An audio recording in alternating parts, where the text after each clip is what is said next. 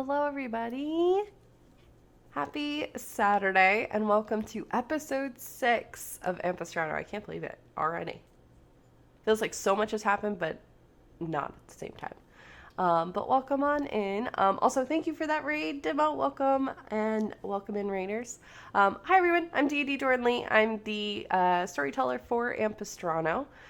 We have a couple of quick announcements before we dive into our episode. So we're so excited to be here. We're going to jump over to my favorite person to start with, April. Every time. Hello. I'm April. That's my notebook. I can put that down. I don't need to hold that. Hello. I'm April. I am playing Aurea, your monk and fairy. And today I'd like to tell you about 1985. The year 1985, a lot of great things happened. A lot of them. I'm not going to tell you because I'm not going to insult your intelligence because I think you know what happened in 1985. That's so important. And I don't want to be that person. So instead, let's celebrate 1985 games, which I'm also not going to belittle your intelligence and tell you too much about. You should just gently whisper D&D Jordan or that code in the side over there. Again, you're very intelligent and I believe in you. I believe you can enter that code into the bar and get a discount on some really cool things. Amazing. Thank you so much, April. Fair Bear. Hi, I'm Fair. I'll be playing Deirdora Shadesun, your battle master fighter. I don't have a clever thing to say about her yet. And I'm here to tell you about delicious teas and robust coffee blends. If you are a fan of either of those things, or both of these things, we are affiliates with Found Familiar and Friday Afternoon Tea. Found Familiar are crafters of coffee and tea, whereas Friday Afternoon Tea just specializes in tea, but you have a lot of fandom blends coming from them, a lot of synesthesia-inspired blends, since Friday does have synesthesia, and I think that's really fucking cool. So if this interests you, you can type for both Found Familiar and Friday Afternoon Tea, D&D Jordan Lee, all caps, just slam on your keyboard when you type this, and you will get 10% off of your purchases at either shop. Again, that is D&D Jordan Lee, all caps, yell it. Babs is showing off a product, that's great. I don't know which one that is because it's small. I can't read it personally. It's the inspiration blend. Mm-hmm. Okay. It's got flavor notes of dates, toasted pecans, and dark chocolate brownies. There you go. And let me tell you, this also makes one hell of a cup of Turkish coffee. It's so good. Well, there you have it, folks. A live in-person review from Babs about Found Familiar's coffee blends. So if that interests you, absolutely check them out. I was about to say, and April had a Friday tea. Yes. Oh, I missed it. I had part of the screen covered. Ooh. From the Ghibli collection. Ooh. They have a Ghibli collection? Yeah. Yeah, the Ghibli collection's really good. The best one is not this one. This one's actually good. It's Robot Garden, but Witch's Bakery tastes like a cookie hug. Yeah, I don't that's know my how else favorite to say one. it. Robot Bakery is the best, or not Robot Bakery. Witch's Bakery is the best tea in existence. Period. Best part of me doing this announcement is that I only have to do part of the work, and then the rest of my castmates just take over, and I love it. I'm gonna send you a bunch of tea. Yes. Well, but that's the thing is like now everyone sees like we use these products too, and we can vouch for them, and they're so good. And it's a wonderful way Okay. to also support the cast, since when you use the discount, we get a cut of that. So I do have some Friday afternoon tea blends. They are all the way downstairs. I'm not going to get up to get them for you that's guys. a whole move. But trust me, it is delicious. The Pirate King one, fantastic. Try it. Love it. Thank you, Fair Bear. Finn Archer. Oh, hi, hello, ladies and gentlemen. I am Finn Archer, the Bloodhaven Bard, who will be playing the Dorkenborn Caldrix Darak. He is a dork and a dragonborn. We can call him a Dorkenborn, and that's what we're gonna do. Plus, it sounds cute. And you know what? I want you guys to have the best stuff at your all's tables. I want you to have the best screens, the best dice trays, the best dice vaults, and all the stuff that you need. And you know what? It helps when they're made of good wood. And the best wood can be given to you by Talon and Claw. They will give you great wood every single time. And you'll be excited and happy whenever you receive their wood in your box. Oh, God. After this sentence. It wasn't coming. It wasn't going to stop after I said it. But yes, in your mailbox specifically, receive their wondrous parcels of game paraphernalia. When you go and scream in D&D Jordan Lee into the code, and you'll get 10% off the purchase and be supporting the good game and the good people at Talon and Claw. Thanks, Ben. Babs, save us. How do I follow that? I How? don't know. Figure it out. Okay. Well, hello everyone. I am your friendly neighborhood Babs the Bat. I am playing your starry druid Sereth with my cute stoat wild companion Sebastian, and we are affiliates with Idle Champions of the Forgotten Realms, which is a super fun game. And if you notice at the bottom of our overlay, right underneath our captions, there's this really weird combination of letters that spells Raps Neil Noob. And that is the code you can put in to unlock a super snazzy Electrum chest, which gives you all the loots for your champions. To help you defeat all of the monsters.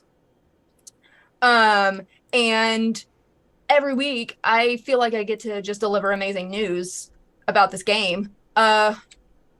Veronica, the Dark Lord of Koshmar, is joining the Black Dice Society Champions on August 10th, which is 4 days from now. And also, a familiar quest returns on August 15th with Nega Oryx, Michelle Nguyen Bradley, Gabe Hicks, Eugenio Vargas, Hope Lavelle, and DM Latia Jaquez. All amazing, fabulous people that you should go watch that and support. That's going to be 5 p.m. Pacific time, 8 p.m. Eastern time on August 15th. And with these new friends joining the table, you can grab the bundle pack of familiars in-game on August 8th, which I'm looking at a photo of them right now, and they are so stinking hella cute. You got this little demon goblin-faced cat with a scarf. You have a rainbow seahorse dragon-looking thing. You have a gold dean-looking thing that's is doing that. And another fish that looks like it's boothing.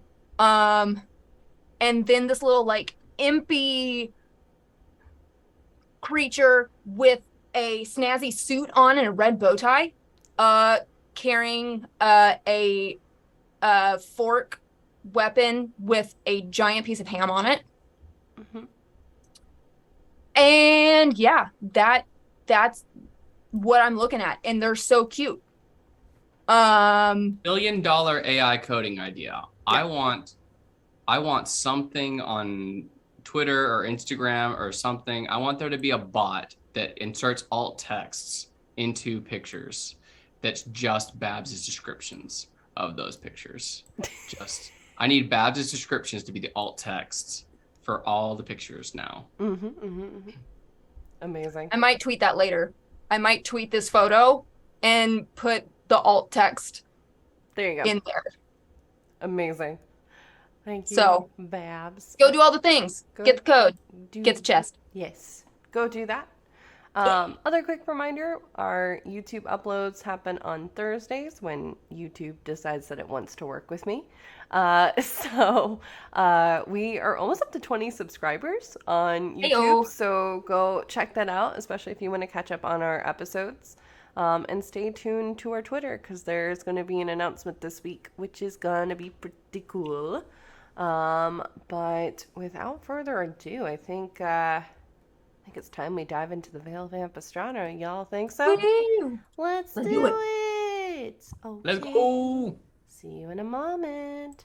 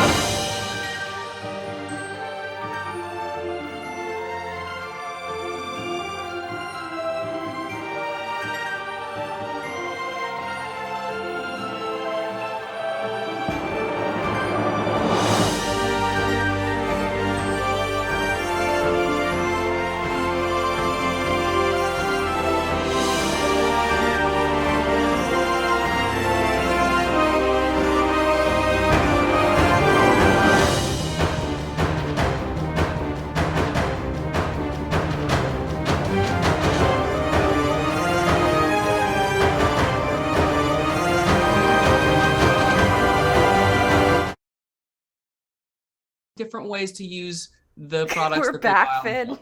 Oh, are we? Okay, good. I'm just saying, off-label use is fun. I hate it here. Except with actual, like, that was a joke, guys. Except with actual, like, labels. Like, please use FDA recommended labels. Our adventures, god damn it, became quick acquaintances after coming into fray with an enchanted cart. Though victorious when the cart exploded, Aurea became afflicted by some kind of illness. After retrieving several fragments and moving to the school Astera, they learned that these shards were stealing more than magic, soul energy. The group followed the magic trail until coming to an underground cavern hidden beneath Illipin. Coming into contact with a large crystal and several enemies, a battle ensued. With their enemies defeated, the group is left to ponder what to do with the crystal.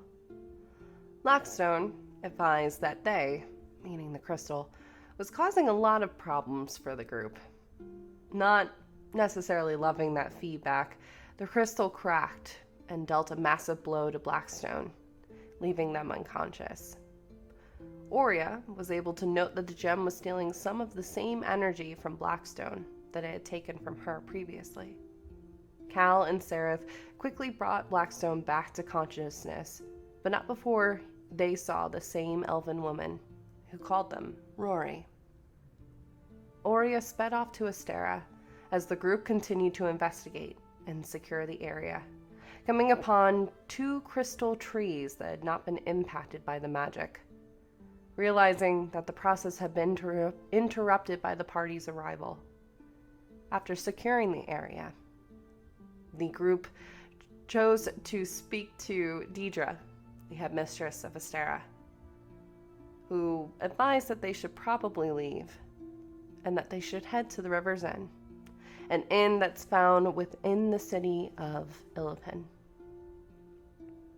Meanwhile, Aurea headed towards Deidre. As you stepped outside into the area... Sorry, trying to do too many things at once. Here we go. As you stepped outside, Aurea, you can immediately tell that the 3 moons are out. It's a crystal clear night. As you can see, the stars are lighting up the sky. There's a little bit of a cold nip to the air as you know the oncoming season is about to change. You are struggling. Your wings are still not allowing you to fly fully. You are able to hover for a couple of moments before kind of landing. So I imagine you're kind of taking these longer kind of strides, just trying to... Yeah, it's run, hop, fly. Okay, just trying to get my wings back. Mm-hmm. Just taking those further steps forward. You're moving as quickly as you can. But even those moments when the night air is flitting through your wings, it's a little bit of a relief knowing that, hey, you'll be able to fly again soon. When that is, of course, is something that is on your mind as you push forward. It takes you about 20 minutes.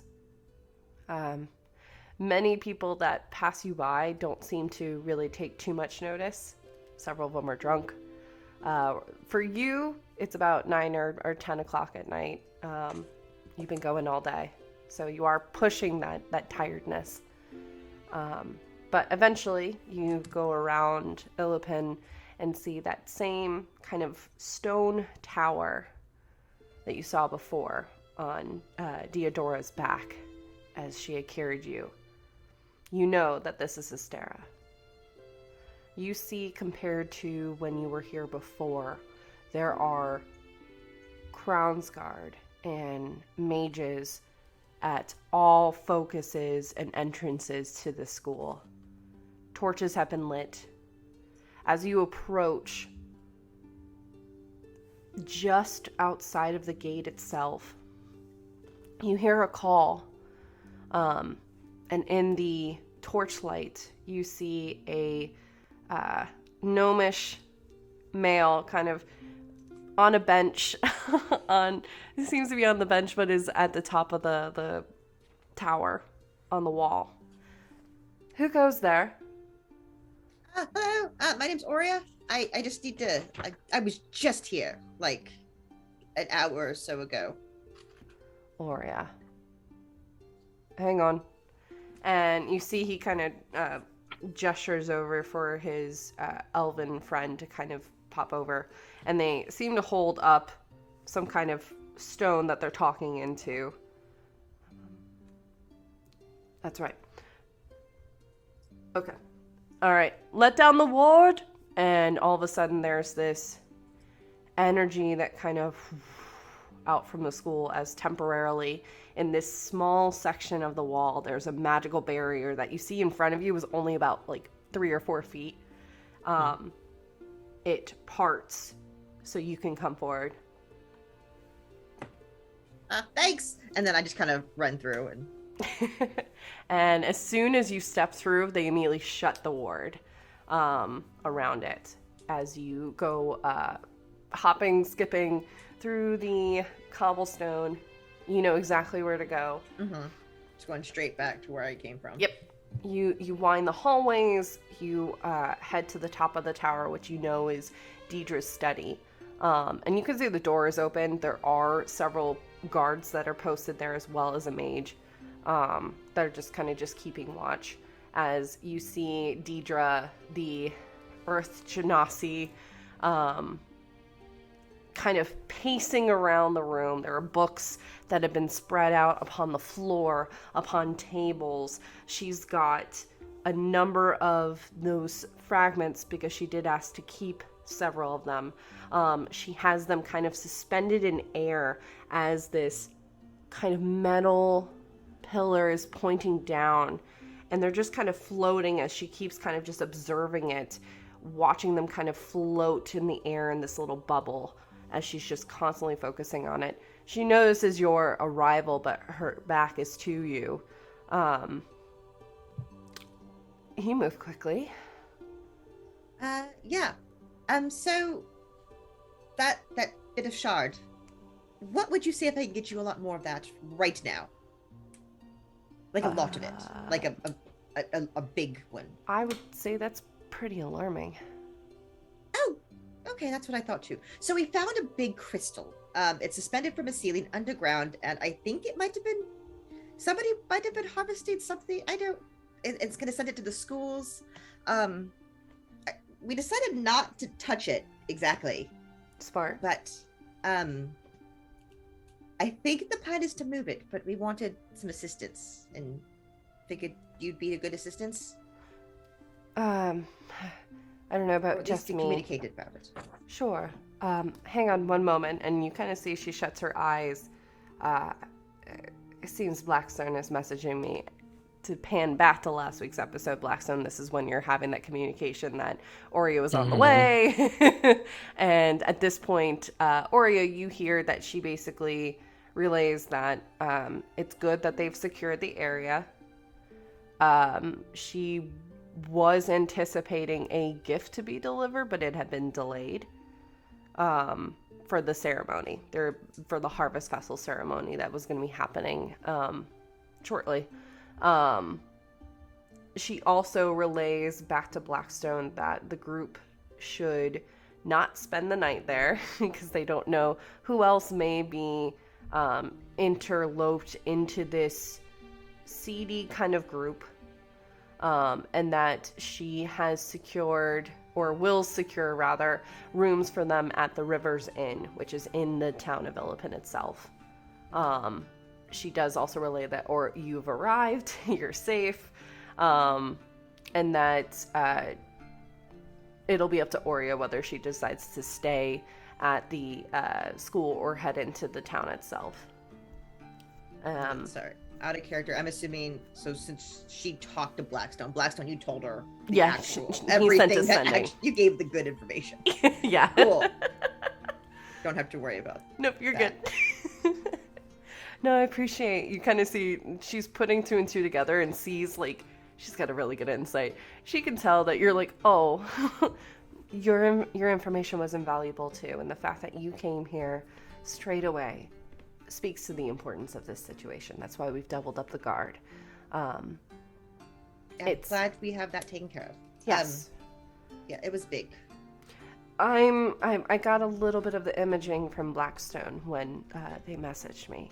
So I told you about the guards and the Minotaur. It was a lot. It was a lot. there's There's a lot of people involved in this. There are, but there are about to be more because I am going to let the rest of the schools know. Oh, yeah, there was another school's name on board. Yeah, this is why this is left to you and Blackstone. And you. Give yourself more credit. Thank you. Yes, I have successfully run back and forth a couple of times and have been hurt and become useless for at least a few hours. Not useless, but just unable to do certain things because of being affected, which I guess was also valuable, but still. I was going to say, that's unfortunate, but it was absolutely invaluable information. Luckily, we are working as a team on this one. It's true. Would you prefer to stay here for the night or head into town and meet at the inn? I should probably go meet up with them. Okay. I don't want to leave Theodora alone with a bunch of strangers in a new loud place. Okay, that's understandable.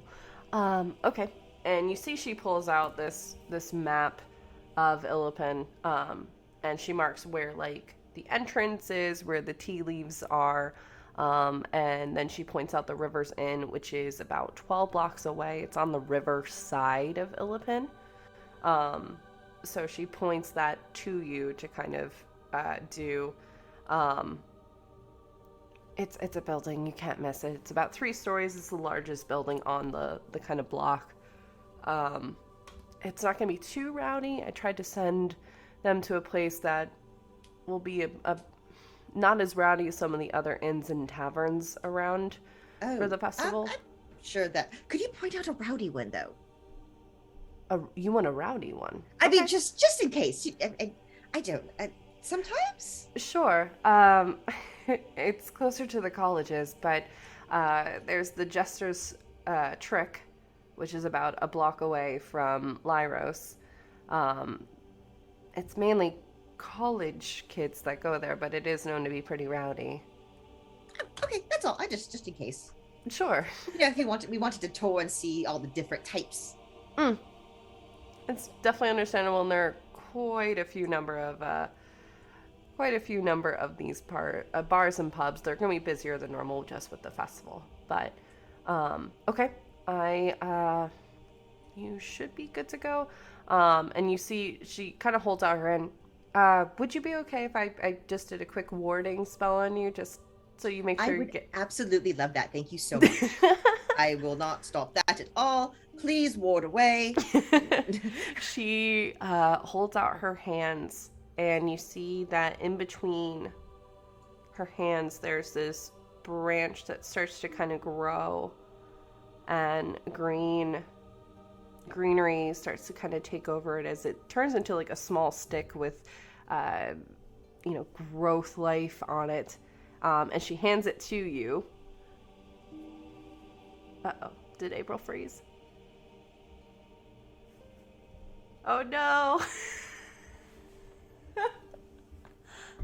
And as There always, she it is. got She is. Oh, it's so scary. I was about to say, and as always, it got her with the funniest expression on her face. It did. You were like, you very just expected.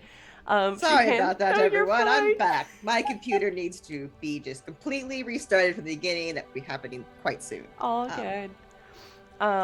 She holds out this branch, which basically a branch that has some greenery on it, and immediately this warmth kind of radiates around you. You heal about 20 hit points if you needed to Awesome. heal up. And it is basically going to give you protection until you get to the place that you need to be. It gives you advantage on perception checks and on stealth while you are going. You said perception and stealth? Mm-hmm. Awesome.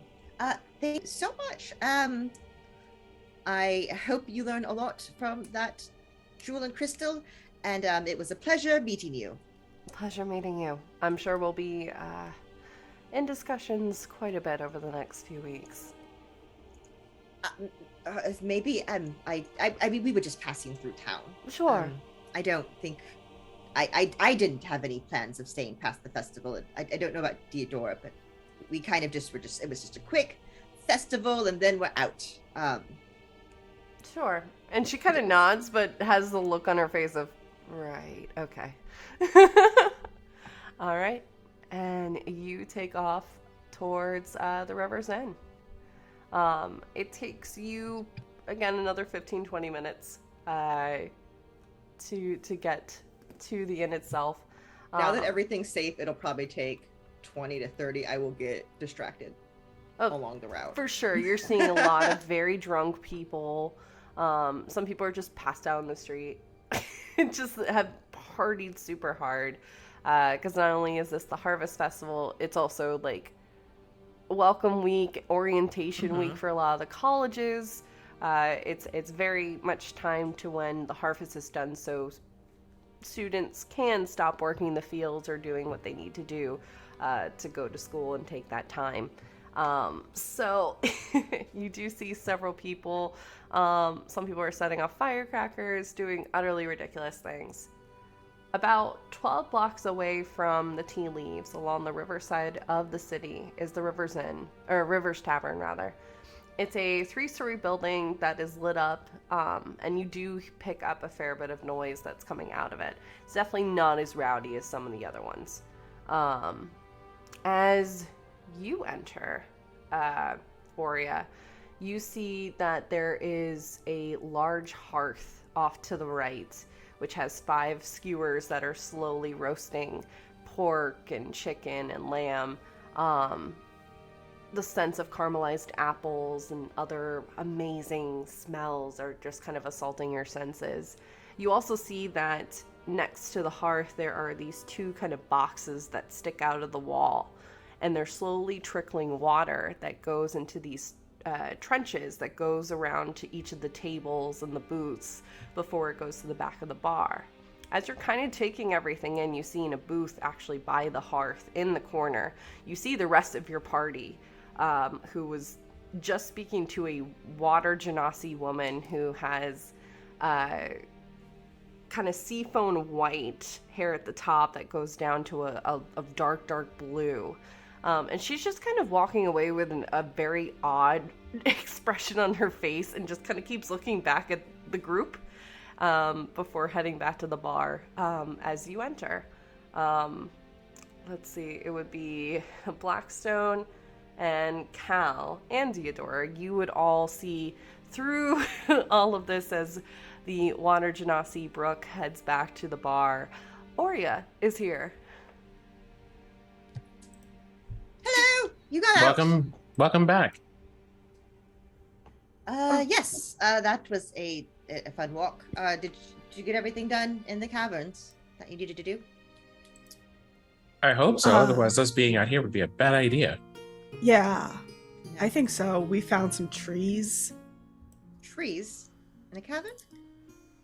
Not real. Made of gemstones. I just unwrapped one of them because I know that we both dragged them into this bar. Oh, So that's it's kind right. of like- There's one like next to me, just like on the chair next to me, like a child. Got little sunglasses and a hat on, so it's incognito. Yeah, we've weakened at Bernie's these trees. You bought a crystal tree into a bar. We didn't have. What's Leo. the size of this thing? It's about 1 foot by 1.5. It's this beautiful weeping willow that has these small crystals that go from a blue to a purple to a red. The base is of, oh god, what was the word? Of another gem. It's been a week. Was it amber? Yes, it was amber. Yeah, Thank you. okay, It was an amber base is acting as the actual base of the tree, and then these crystals are hanging off. I'm sure everyone rolled on it last time, but is there anything I know about these, or seen these, or heard of these, or anything? You know that these trees are not native to this area. This is a tree that's native to the Genora wetlands. It is often used, you would know this specifically, used as a representation of nature. It is can be a symbol and a sign of respect. It's often used on sigils for marking if this is something for the druids or something to that nature. The actual crystals themselves, you can tell that it's intricately made. It's got the artist's engraving name on the back of it. It's a stunning piece of artwork. Okay, so it's just a piece of art. Yes, that's all that it is. Okay. When Oria that's so asks, pretty. you brought a crystal tree into the bar, Deodora tilts her head and is like, well, where else were we supposed to take them? Oh, that's true. I guess we have rooms. Should we put them in the room so people don't see us with giant, beautiful, intricate art?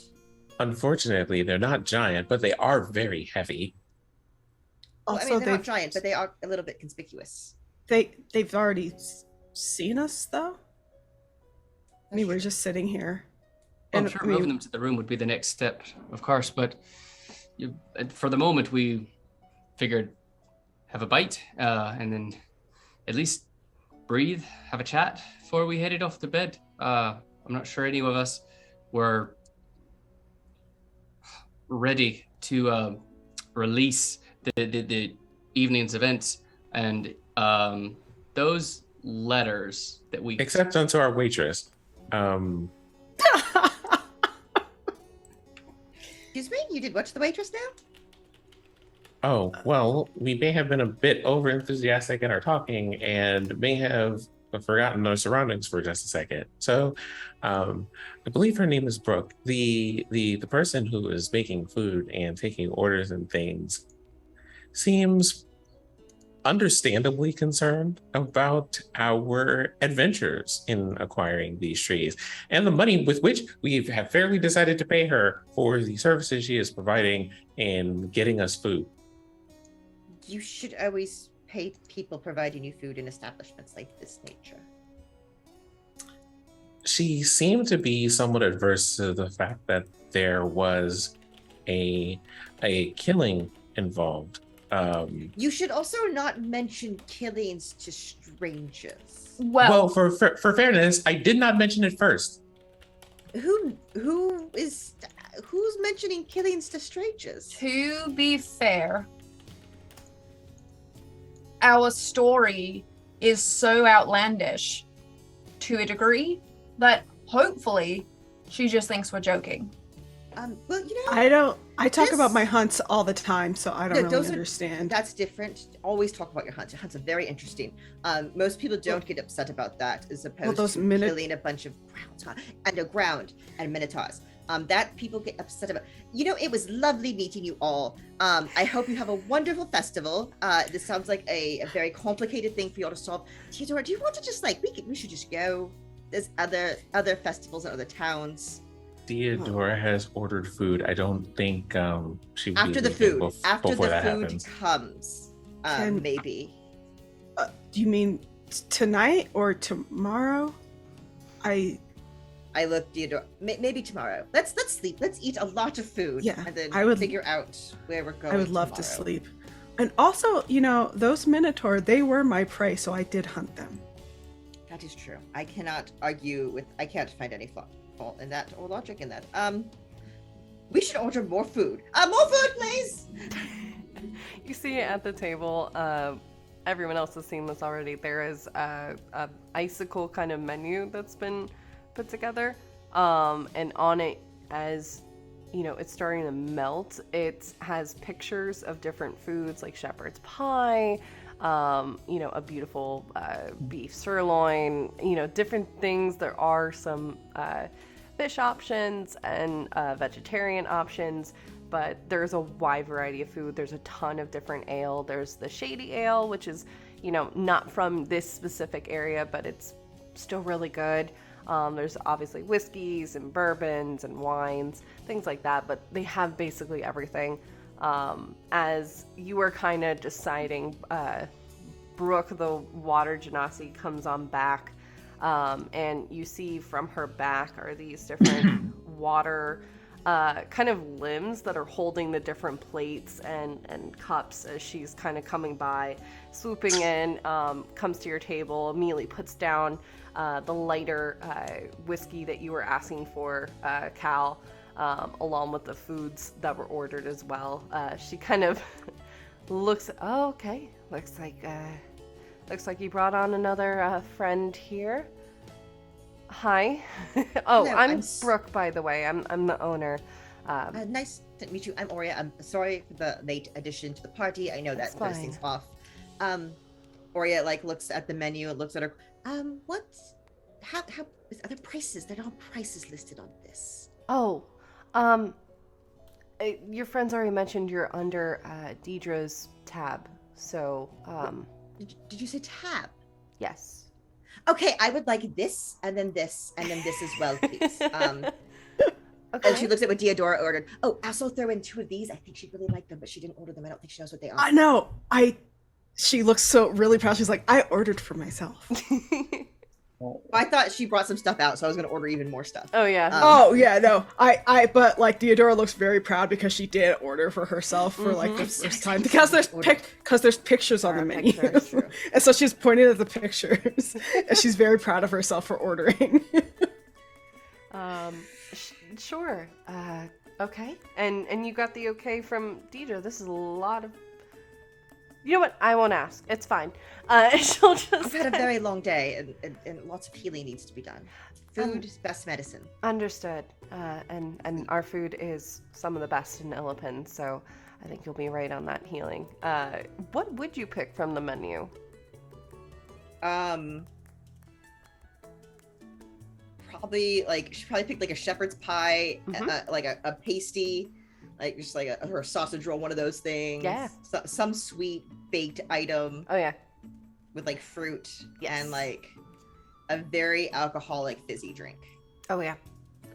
Actually, roll a d8 Oh no. because I have a whole magic alcohol table. Yes. Ooh. Love it. 4. A 4. While Four. all this hubbub and commotion's going on, Cal would have, if they were nearby and close at hand, if we had kept those letters that we snagged from Yes. he'd just have them out on the table, like looking over them, trying to see if there's any information that we missed the first time, or even if he can pick up any kind of ciphers or coding that might have been left on them. Okay. They are in the envelopes, I will say, as Brooke kind of walks away to go get Oreo's food and special drink, which I can't wait to reveal. Are you actually opening the envelopes, or because there's about 6 letters that are there? Yeah, he's probably pulling out maybe 2 at a time and just like scanning them, trying to find out whether or not, because I know that what we got from the last session was just the dates of shipments and festival that lined up with the opening ceremonies of the festival, but he's just kind of trying to look through them to see if there's anything, telling or anything that would reveal just any clues about what's going on here, because he's still Cal's still on edge. They walked away. There's a big crystal downstairs that's sentient and not entirely dead, and they walked away. And you still have that alert link. It's still Yes. set up. It's still within range. It hasn't popped. Nothing's interfered or alerted. Actually, I'll say this. Every now and then there's a small blip, but like an image of a mouse comes into your head as like... Oh, right. Yeah, right. but that's about it. Nothing of like, oh God. Just a small little mouse moves in and out. Not a big deal. But you open up the letters, they just look like they're daily kind of reports on like the goings on. Some of the Crown's Guard schedules are listed on there with specific names of the different Crown's Guard. Nothing really that's like popping out at you. You do come across one letter that is completely blank. Huh. But other than that, I mean, it seems like it's generic. It's not addressed to a specific person. It's not signed anything other than that marking that you saw before. That was it. Right. And there's nothing like what would be, I don't know, packing slip or a shipping manifest that would show any clues. Okay, so, all right. Nope, nothing to that nature. Actually, now I'm thinking this and gonna make Cal do it the same thing. Flipping over to the front of the envelope. Were these received or to be mailed? These were, it looks like, received. Got it. Okay. Yeah. I'll say at this point, Brooke comes back with Oreo's food, which is steaming. It's fresh. The drink that you get, Oreo, is this large kind of fishbowl. There is blue, you can tell it's probably vodka of some sort, lots of ice. On the ice, you see that there are actually these 2 little, in our world, they're gummies, some kind of candy of a polar bear and a penguin on the top, and they're actually moving as they are kind of moving around. And in the fishbowl itself, there are, again, more of these gummies that are actually swimming around, looking like little fish swimming in the fish pool. It has a really pleasant taste. It tastes like blueberries, but with a nice little kick of vodka to it. You can add a +3 to your charisma checks for the next 24 hours. So it's ginormous. Like, it's set in front of you, Oreo. It's the size of your head. Like, it's massive. +3 gives me to a +1. It's a -1 to begin with. I love it. Positive +1. Yeah.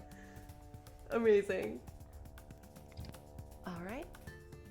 And she kind of just, you see her moving another table over because there's so much food and drinks now at the table.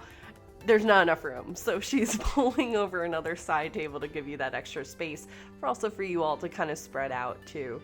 When she hands it to me, this is the most amazing thing I've ever had in my entire life. Thank you so much. And Ori digs through and pulls a gold out and palms it to her. Oh, Thank you for everything. So I know you have to. Thank you. thank you. Enjoy. As she kind of steps away. The table and the food is yours. Deodora sort of watching the fish swim through the drink, just fascinated. I just, in my head, I'm just waiting. In my picture, Deodora with a fork randomly just trying to stab one in the bowl. She takes one of her like lamb skewers, eats the meat off of it, and then uses it as a spear. Oria just totally doesn't stop you. Get it! Get it! And you see actually too, Oria, after a few minutes, as the drink is starting to like, because you're right by the fire, so it's starting to also perspire a little bit along the sides, and you're getting that condensation.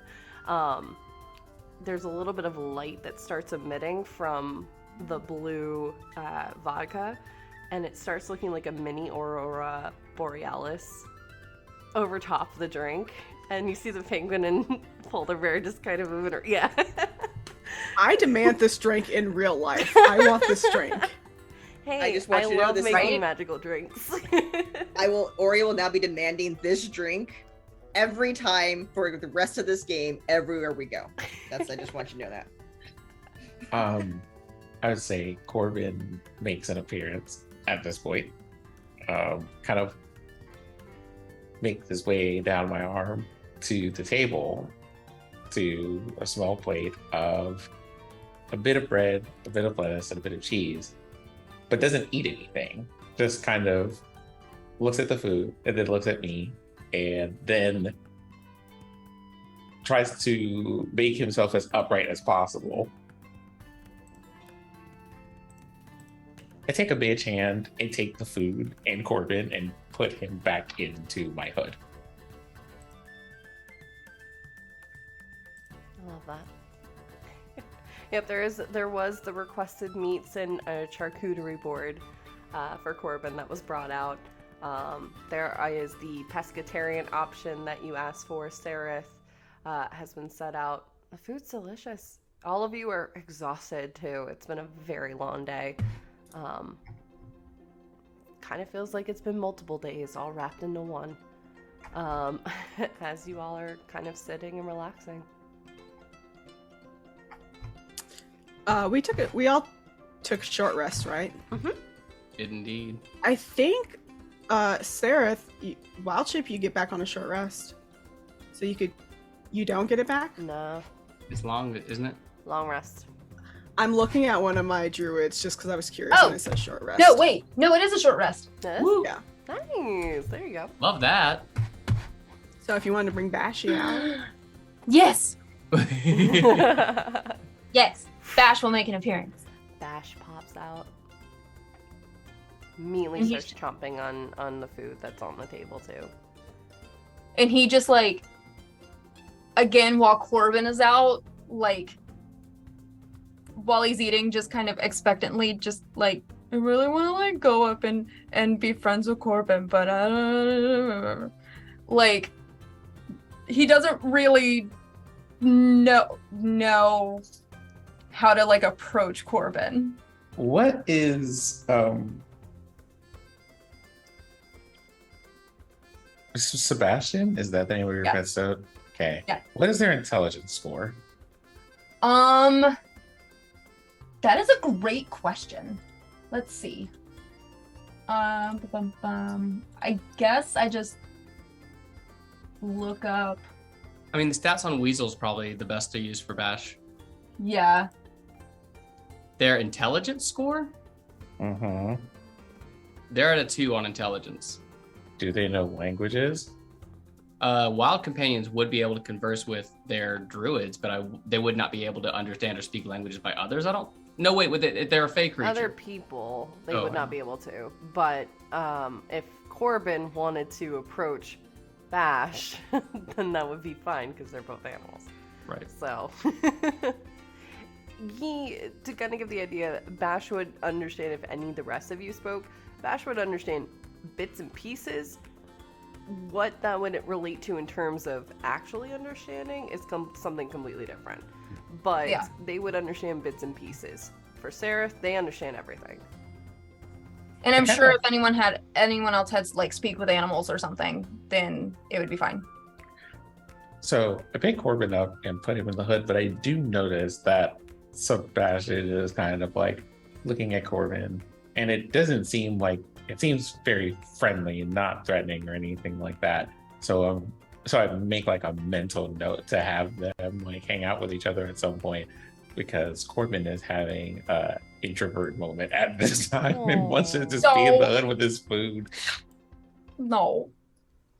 Yeah, and like Sebastian would have been, Sereth would have like trained Sebastian, like you don't just go running up to other people or animals that you don't know. That's not how this works. So.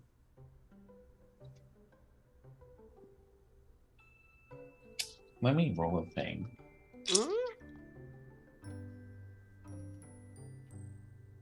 Okay. It's a secret. Oh. Okay. I mean, okay then. Fine, be that way. Once the food hits the table, it's that definitely distracted, hyper-focused, neurodivergent way of eating that Cal is doing, to where he had ordered the shepherd's pie, so he's just kind of like, he's got his eyes on the letters still, looking through them, but he's just kind of doing the side shovel of all the food into his mouth as he goes. Every now and again, noticing like Corbin and Bash like flitting back and forth among the food, and he'll just be like, he's just like grabs something off the charcuterie board, sets it in front of the letters so they don't walk across the letters. Like, nope, just go here instead. And he'll just keep shoveling food in his mouth, looking over these things. As Cal puts food in front of the letters to like block Bash, and Corbin, Deodora plucks it and eats it. Like every time, just eats it. He doesn't even realize it was Deodora that does it. He's still just paying such attention to the letters. He just puts another one back and just keeps on eating his shepherd's pie.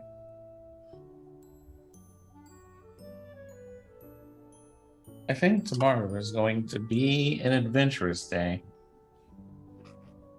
We definitely have a lot to cover tomorrow. What did you have in mind? Well, aren't we preparing for the big shipment coming in 2 days? Are we not still trying to figure all of that out? Hard to worry about that tomorrow. But we also left the crystal, and I thought we just left to go to sleep.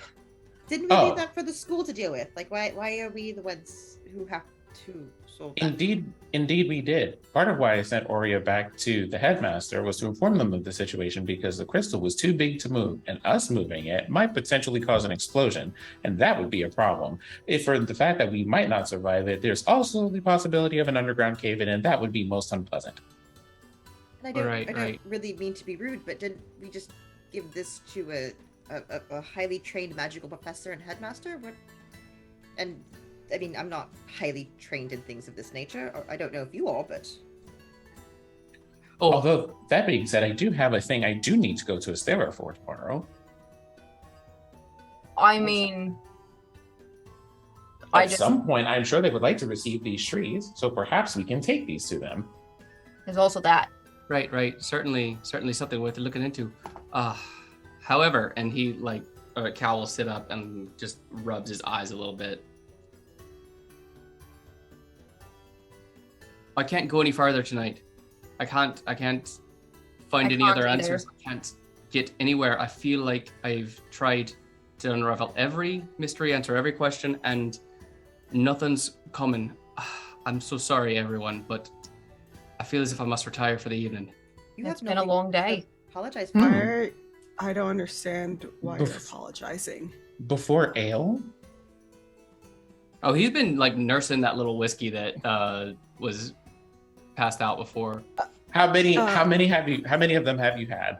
Oh, he just had one. It was like a please. I'm going to gently touch a hand to your forehead and go, "Are you having a fever?" Oh no, it's just I feel like there was quite a lot to do today. Normally my highest anxiety would be from, well, an exam, but this one was much more confrontational. You see, a couple of you almost died. I'm not quite familiar with the violence past the wrestling match, so tonight was a bit of an overload, if you see. I might need to lie down. That's fair. Theodora's just looking at you intensely, just trying to absorb the things that you're saying, and in her head she's like, if we go out into the wild, I will need to protect this one. Because he will not survive out there. Hundo. Why do you think this is a mystery that you need to solve? Oh, no, it's not. It's not necessarily that I need to. It's just that, well, you see,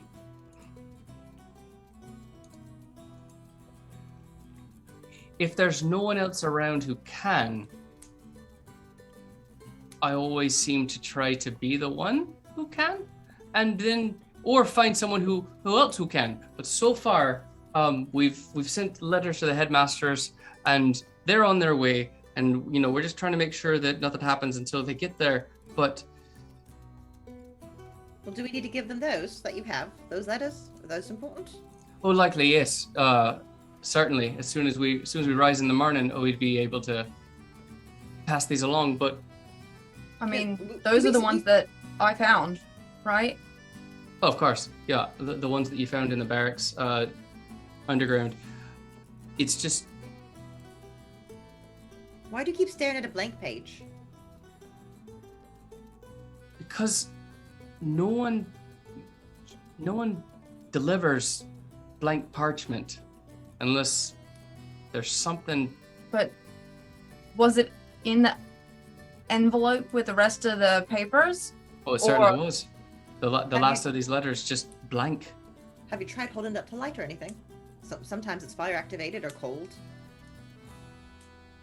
When you're in the field a lot, you use secret writing between people. All of a sudden, the fatigue seems to snap off of him for a second. You're right, and he's starts trying to hold it up to the nearest light source across the room or something, trying to. Oh, you're right by I think the we're hearth. right by the Yeah, you're fire. right Yeah, right by so the- he's just holding it up next to the Don't fire. hold it Just, too close though. Just right, close right, enough right, to right. heat it. Yeah. You hold it up to the fire, and you can actually, because you're so close, you can feel the heat hitting the back of the page. Nothing. that's what I was afraid of. There are many mysteries to solve, I'm sure, but also, isn't that what the other days ahead of us are for? Certainly. As I understand, for most life forms, they need equal amounts of enjoyment relative to their amounts of stress. And I imagine that for the rest of this evening, you're either going to need more rest or more enjoyment. So which one of those are we doing? Well, I would. My vote is certainly for rest. However, Ori, you mentioned leaving tomorrow. Maybe leaving town. Oh, well, Deodora and I just stopped by for the festival. Right. But But- you're not going to stay till the festival. It's still for another couple of days. It's like in a day. It's kind of up to Deodora if she wants to stay. Right. Or we'll leave. Oh, I just don't know how we're responsible for this school kerfuffle. Well, likely not at all. But Not saying that I'm not willing to help anyone. It's just this is very above us, and you are all school people, and again, we were just passing through. oh, certainly no obligation at all. Just if you do leave, or if you do plan to head out, you'd say something for going. Yeah, you wouldn't just be gone in the morning then, would you? Never. I would never just leave without saying anything. All right, so Can I get an insight check on that statement, please? I was waiting for that. I think when Oria says it's up to Deodora looks at Oria like, but you're the one who wanted to come here. That is true, but I also told you the moment you wanted to leave, I was okay with leaving. That is an insight of 21. Oh. Of course I'm gonna run. I'm not even gonna roll a deception check against that. We might run if this looks bad, there's a chance. No, I mean, like, would you leave without the insight check was just, would you leave without at least saying goodbye to everyone? Yes! Yeah, just a complete Irish goodbye, just gone. So like what a one night stand. We are not there the next day. Okay. Like what happens? Theodora wakes up real early. With that insight, what happens is that the moment that you say that, there is just a loud and long sip from Blackstone with no further commentary. Could drink that? Enjoying that drink. It's lovely. Quite. I mean, it's up. Yeah, we'll play it by ear. Certainly, thank you. Well, you know, if you do plan on leaving and you haven't and I haven't risen quite yet, just wake me up before you go now. I mean, we all have rooms right next to each other. I'm sure we'll be fine. Sure, of course. Theodore's just looking at Oria with like, it's part confusion, part like, you know, that intense gaze that like dogs get, like, we're going to discuss this later. What are you talking about? Like, but like doesn't say anything, won't call her out at the table, just goes back to like, we'll be talking about this her many dishes. There's like grease on her face. She's like, what? Okay. But it's like, you're acting weird. We'll talk later. Seraph, don't we need to settle accounts with your friend who let us borrow the pearl? Oh, yes. Of course, absolutely. Yeah. Oh, that's right. I would hate to impose or speak about finances between the friends here, but would you suppose that a portion of those funds we took from our investigation underground could, you know, be divided up so maybe we could pay back our friend here? Sure. For the shopkeep. Oh, yes, April also totally forgot. I have 25 gold. Gave you before Oria left, I handed her just a sack of gold that I took off one of the Minotaurs. I think it had 50 gold in it, but 50? Theodora doesn't. Theodora's like, money, what is this? Yeah, she was like, just give it to you. Yeah. And I'll split the 75 gold 5 ways and just keep our shares. Certainly. So everyone gets 15 gold. Ew. Fair, do you want me to keep track of that? Yours? Oh no, I got it. Thank you. Okay. All right. But we'll say, like, story-wise, Oria does have that money, but I'll keep it on my thing. Cool. Thank you for being that person. And not trusting me, because I've already forgotten about that gold. Oh, it's also because if I don't track it, I will also forget about it, so. That's a whole mood. You finished the rest of your meal? Oh, sorry, go on, Blackstone, if you had something else. Perhaps after a meal, but before bed, I should find Brooke. Okay. You can definitely do that. I'll also, sorry. One of the last things I'll do, of all the stuff we stole, that small pin of gold, yeah, I'll toss that to on the table as well. This seemed kind of magical at the time, but I don't think it's anything now. And I'll put the small gold pin. Yeah, it was the snake pin that you actually you wouldn't have it. You did hand it to Cal, didn't you? Yeah, you I already handed it to Cal. I you could left. not remember that or not. Because Cal did a search on it just to see if there was any anything else to it. And I'm assuming, Cal, you would have relayed this, but there was no other magic to it. It was a pin of a golden snake. You would know this, Oria, having seen magical users, they need a focus. This was his focus. But it doesn't resonate with anything specific. And unless anybody needed that pin, Cal was going to keep it on him to ask the professor or if they knew of any group that this held significance with later. Okay.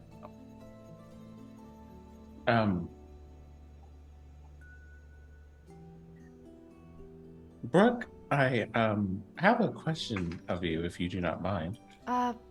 Sure. And you can see she's wiping down a table with a rag as the bar has started to clear out at this point. Do you happen to have a small cart or means of transport? We have the family cart for supplies. To explain, there are a couple of items here that we have that at least one of which belongs to the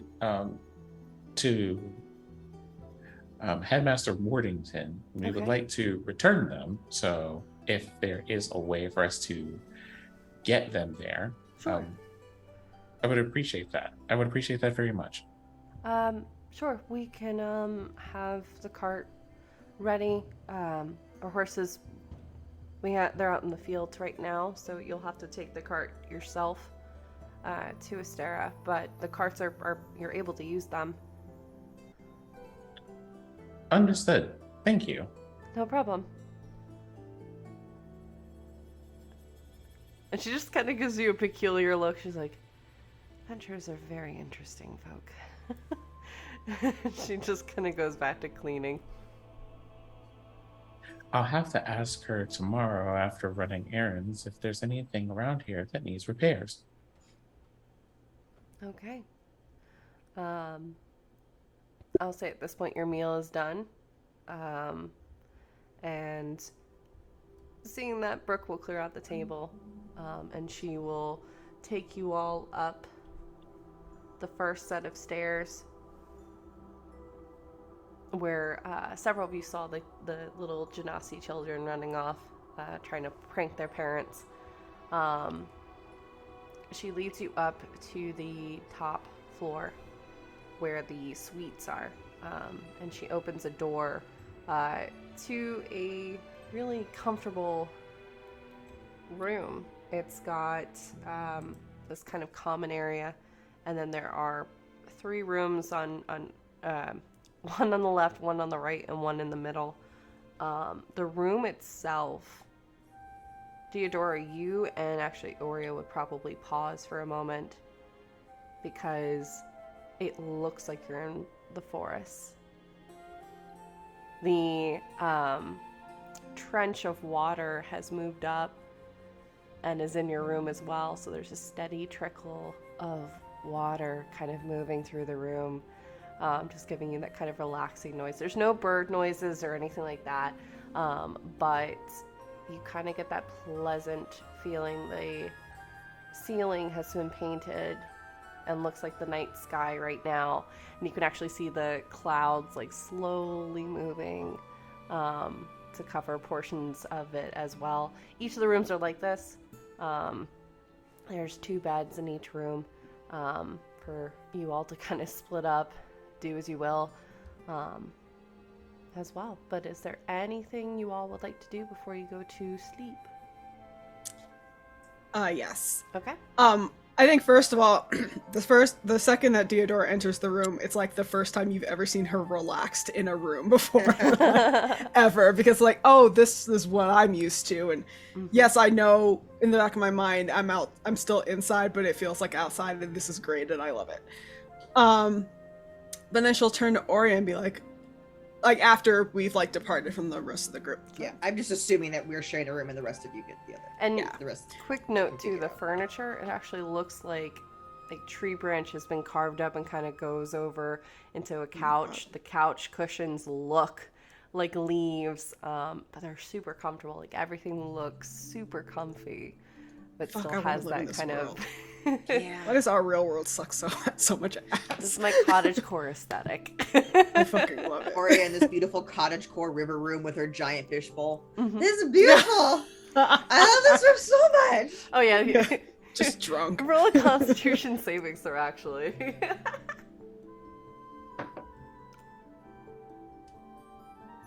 11. Okay, you're hanging on, but you are super relaxed. This is wonderful. But yes, we will say the two of you adjourn to your room. Okay. And that, like, when the door closes and they get settled, Theodora turns over and is like, "Why are you so quick to leave?" This seems like a lot, and that there not really are a lot of things that scare me as much as this kind of scared me, but it did. Things shouldn't be able to hurt your spirit or steal your spirit or touch it in that nature, and this isn't right. This isn't good. What makes you think leaving will let us avoid that? It's not so much I think leaving would let us avoid it. There's very smart and intelligent schools and people on this case, and I think they might be the ones best to handle it. Or maybe finding people who know about these kinds of things. Yes, the others are very smart in that regard, but I think they wouldn't have known what happened at Blackstone if you hadn't been there. And that wouldn't have happened if we hadn't stopped here like you didn't really want to. So we just, it's a lot. It's a lot, and this is not, as she like flutters her wings that are still not 100%. I think Theodora will reach out and, like, just gently touch your wing and say,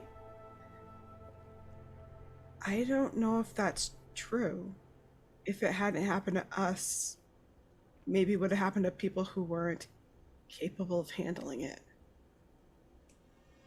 You're right. And I don't want this happening to other people, and I don't want it happening to any of them either.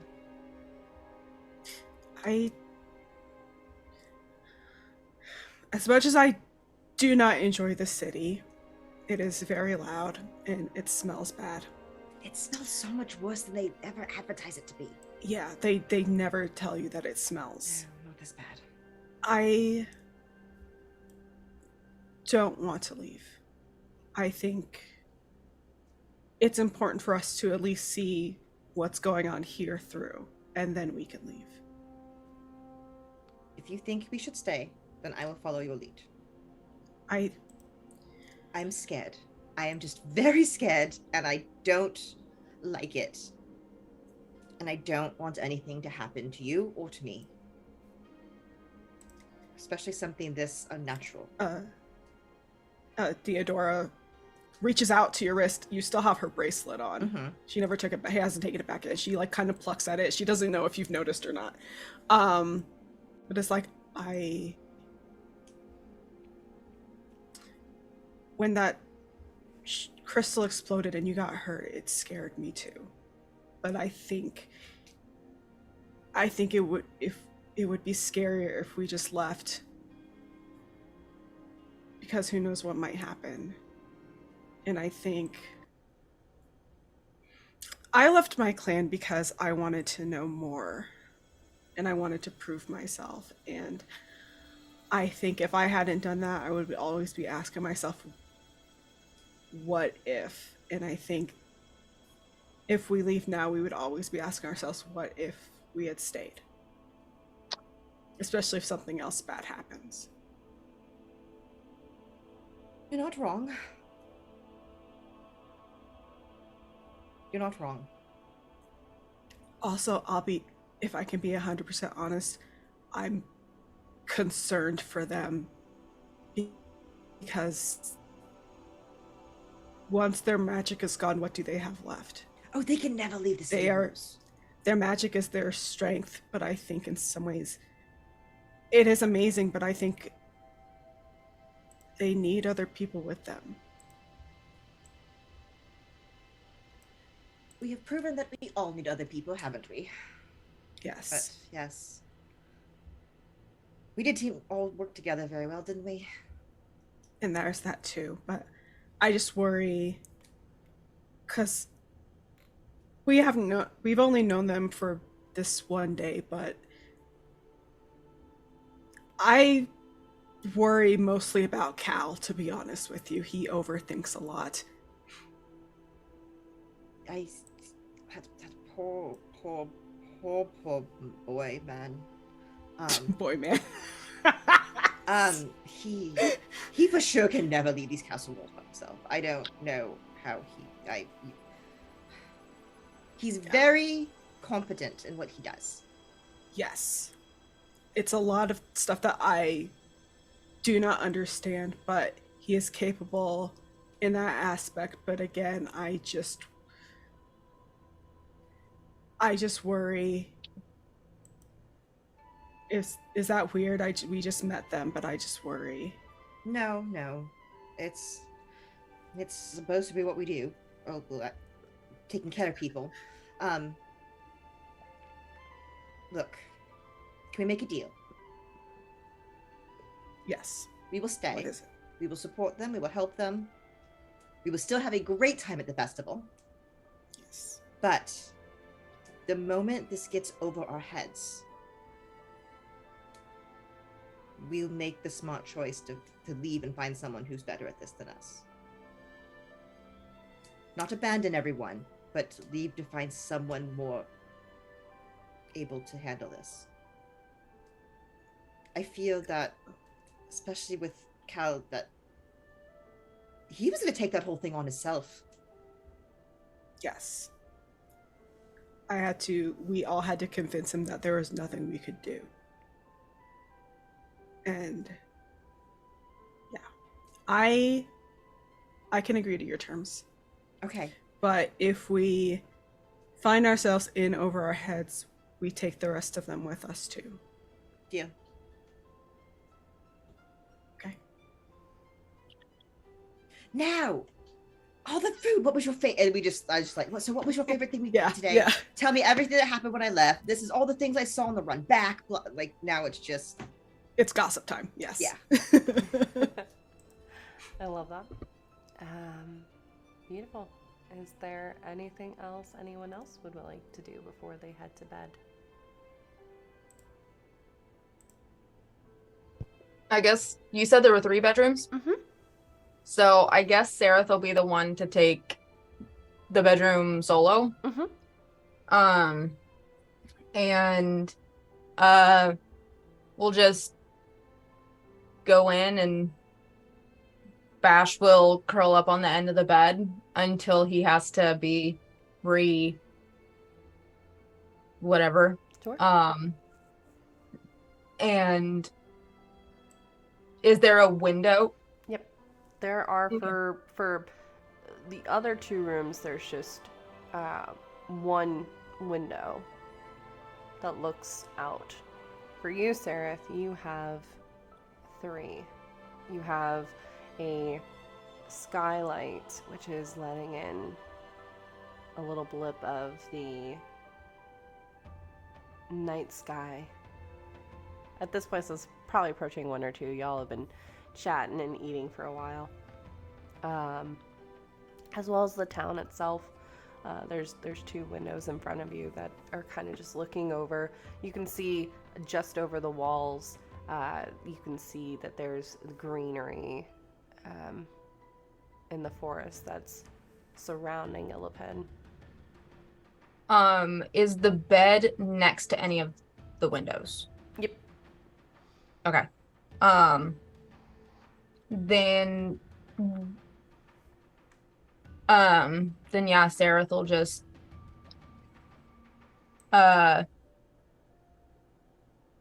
will just go sit in the bed and just kind of like absorb whatever moonlight or starlight is coming in. Mm-hmm. And we'll take out a book and just read for a little bit before they crash. Okay. You can definitely do that. As you start to kind of fall asleep, Bash stays with you, but you can already see the outlines of the constellation that he turns into before he disappears later on. But he stays with you as long as he can. Yeah. Cal? I assume he was out for maybe like an hour at dinner, Mm-hmm. and then he's got like I think another hour before he disappears. Yeah. So. And the exhaustion from today hits you pretty quickly. Yeah.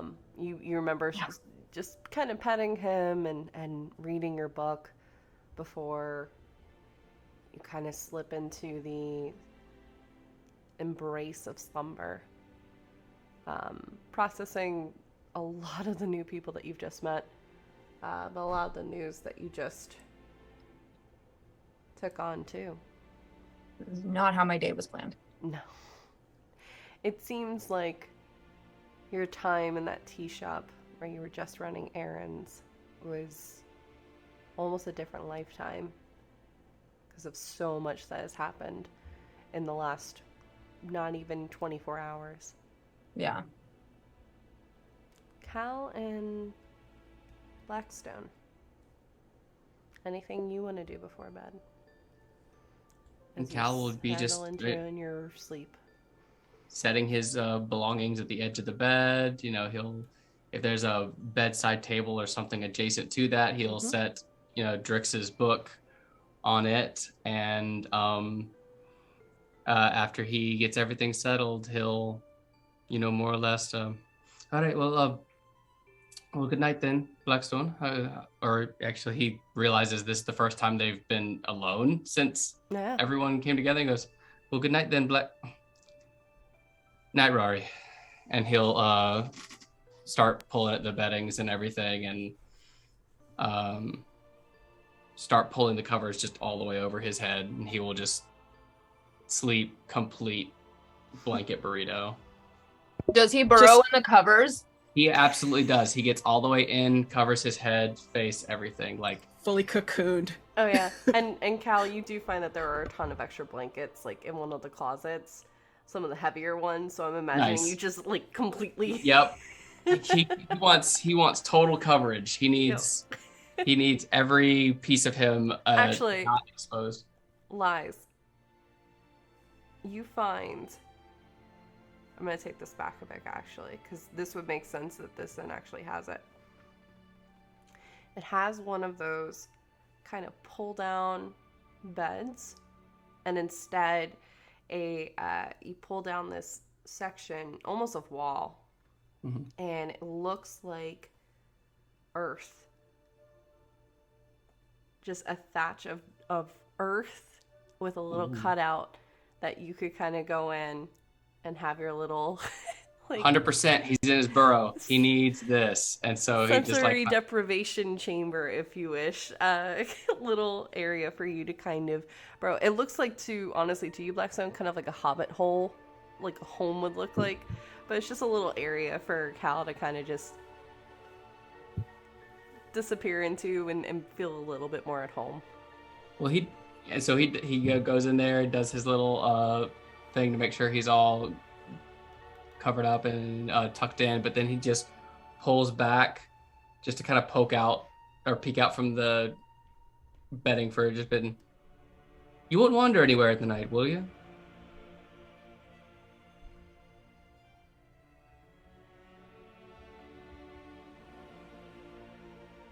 What? You won't go walkabout, will you? You won't wander in the night.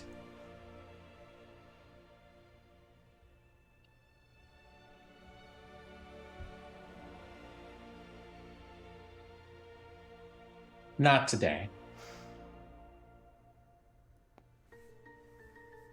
It's as much as I can ask for. All right, well, it's good to see you again, Rari. Although I wish that part of it were under better circumstances. At least I am still functioning for you to say that. Keep functioning, please. And so he just pulls the covers back over his head and just kind of snuggles in. Love it. I'm going to sneak Corbin over to the blanket and just leave him there with Cal for a bit. So you see Corbin kind of on the outer edges, nearest Cal's face, but just kind of chilling there in a little hamster-sized hole for him to chill in. As each of you finally, after a very long day, settle in for sleep. And with that, we're going to take a short break. You all can do a long rest. Yay! Woo! All right, y'all. We're going to take a 10-minute break. So go get a drink, go hydrate, all the good stuff. And we will be back shortly. So hang on, and we'll see you soon.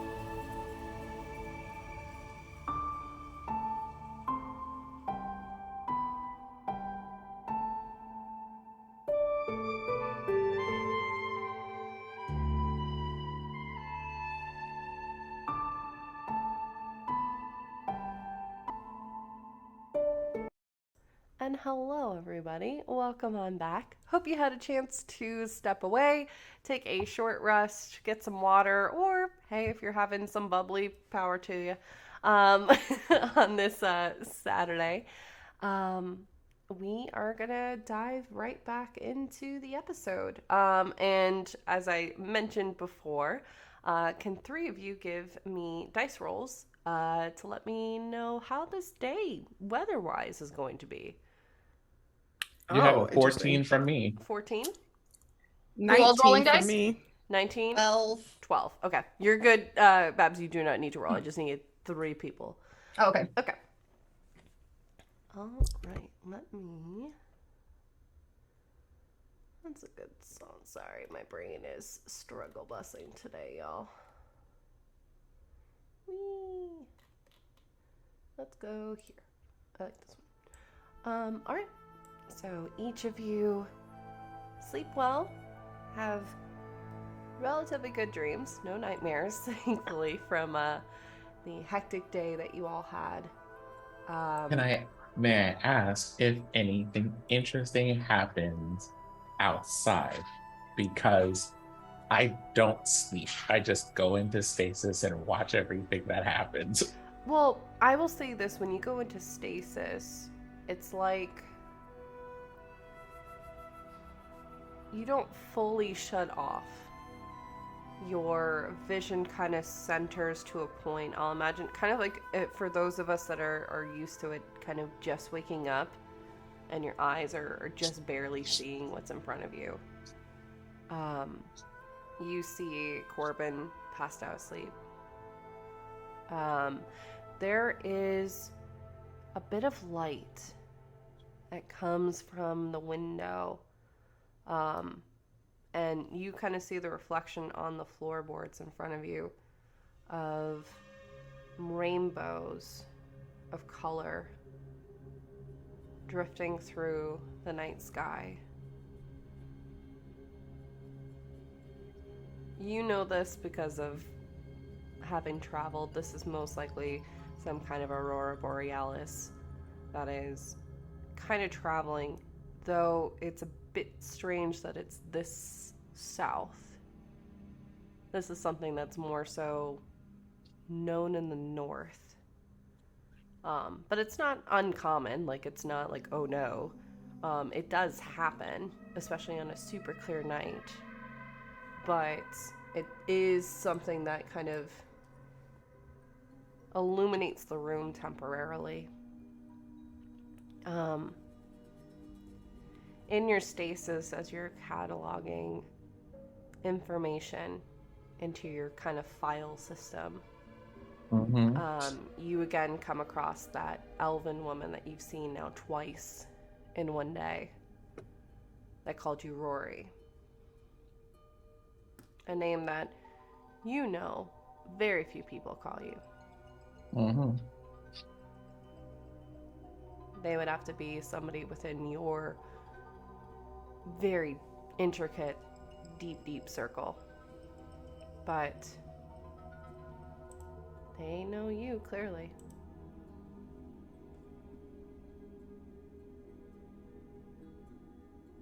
Nothing else. Interesting. But I'll have to process that later. I will say, Cal, you do get another blip, and I'll say it manifests in your dreams as you are, I imagine, kind of at home in your dream. Right. You get another blip of 3 mice kind of moving through that area. That's about it. Okay.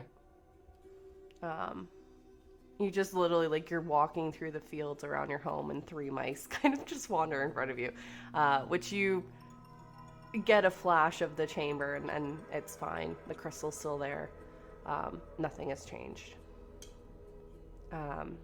But night burns away to day, and seemingly anticipating that we're on the edge of summer being over and fall starting to take place, there's a chill to the air. On all of your windows, you can see that the mist has kind of fogged up with some morning dew onto the panes of glass, as there is a fresh fog that's lightly moving through the area. It's gotten a lot cooler. The humidity has dropped. For those of us in Georgia, we went from like an 80-degree day to now we're in the like upper 60s. There's a nice chill to the area. You can see that the trees are starting to change into the reds, yellows, and oranges that await of welcome in that fall weather. Breakfast is, you can already smell from downstairs, delightful bacon, sausage, crepes, some strudels as well, kind of wafting up. Who would you say is the first to awaken? I think. Oh, oh. go ahead, Babs. And it could be 2 at the same time. That's fine. I feel like Sereth is not a long sleeper. Sure. They go for the minimum required to sleep and likes to get an early start.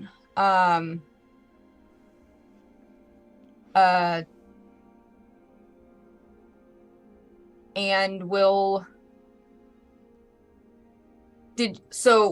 When the rooms were set up, did you say there was one on one side, one on another side, and one, Mm-hmm. and then it was like There's like a common area. Yeah, there's a common area that has. Is there like a little kitchenette or anything like that? There is a couch. There's a couple chairs. There's a little kitchen area which has to kind of give it more of a flavor. There's a small hearth which has a cauldron of constantly. I mean, you can see the water dripping in from that trench. There are several trees that are kind of popped up along the countertop itself. And you notice that several of them have a little tag. And if you pull the tag, a steady stream of tea comes I was just about to ask if there was like a way to make tea. Yep. So you can see the branches all have listed on them like a different flavor. Like one branch has like a mint that you can do. Another is lavender. There's like a pomegranate tea. There's a bunch of different ones that you can kind of choose that will give you that kind of powder of the tea, and then you go over to the cauldron to get the hot water. Cool. Saratha's gonna make some mint tea. Okay. And then go sit on the couch. Is there a window here in the common area? Yep, there's a very large window that is looking out over the city of Illipin, which you can see at this point. It's about dawn, so you can see several people are starting to move out towards the fields. Merchants are starting to move out to get all their wares ready and available. While it sounds like a lot of noise is outside, none of it is permeating into the inn itself. You don't hear it. You can know, because you've lived in this town for as long as you have. Yeah. You know the sounds of wheels and all of that happening, but it's not coming through. Cool. Then yeah, Sarah will just like sit by the window and just watch the sun come up and sip on their tea and kind of just, I guess, wait for everyone else to get up.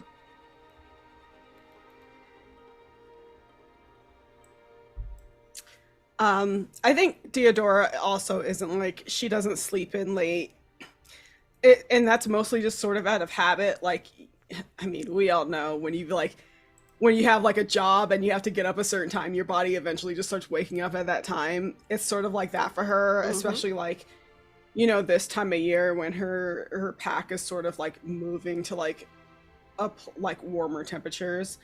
You know, you have to get up early, you want to get everything packed up and ready to go, and, you know, be at least near your destination for the day before the sun gets too high and too hot, because then it's miserable to travel. So she's used to just getting up really early for that kind of stuff, so she's sort of just like, and then like getting up early for like her training and whatnot too, so she's just like, you know, it's like her circadian clockwork. It's like, oh, the sun's coming up, I am also awake now. And I think she'll like, you know, probably putter around the room, trying to be as quiet as possible. And then maybe like even like sneak out to let Aurea sleep longer.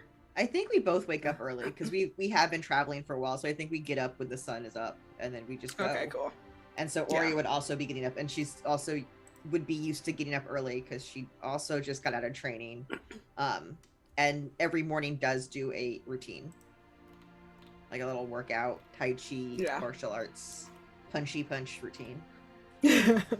We train together. Yeah. Yes. So quickly, Sarah's beautiful, quiet morning mint tea is replaced with, no, you got to hit like this, and like, okay, fudge. Now go with the flow of the water. What are you talking about? Sarah will just listen. No, that's what they said to me.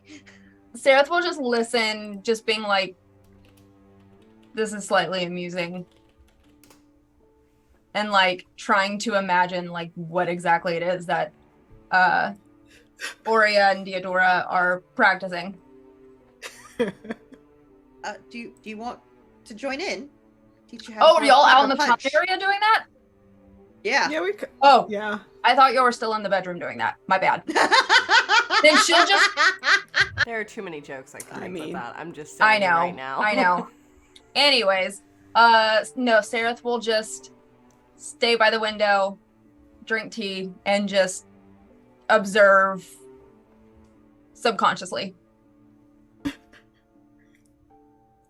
I also thought we were still in the bedroom. I thought we walked out. Okay. That's okay. No, it's fine. I yell out from the bedroom. Hey, Sarah, want to join? Hey, we could use a third. Just. I'll stop. I'm stopping. Insert You're not- anime But no, voice. Wow. I like the idea of us doing it in the common room. Just because. God, shut up. I also feel like it has more. It has more room. It's open. It has Yeah. like the water moving. It's a very serene, calm place to do like your morning, like workout, tai chi shit. Yes.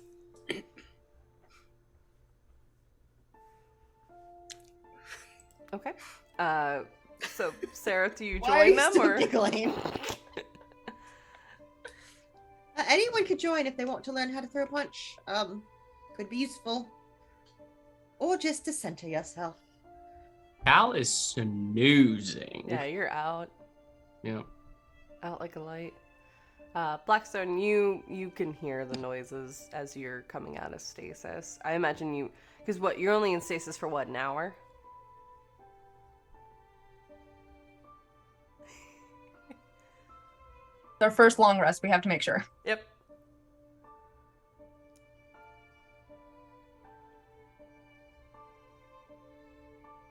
At least 6 hours, so less than everyone else.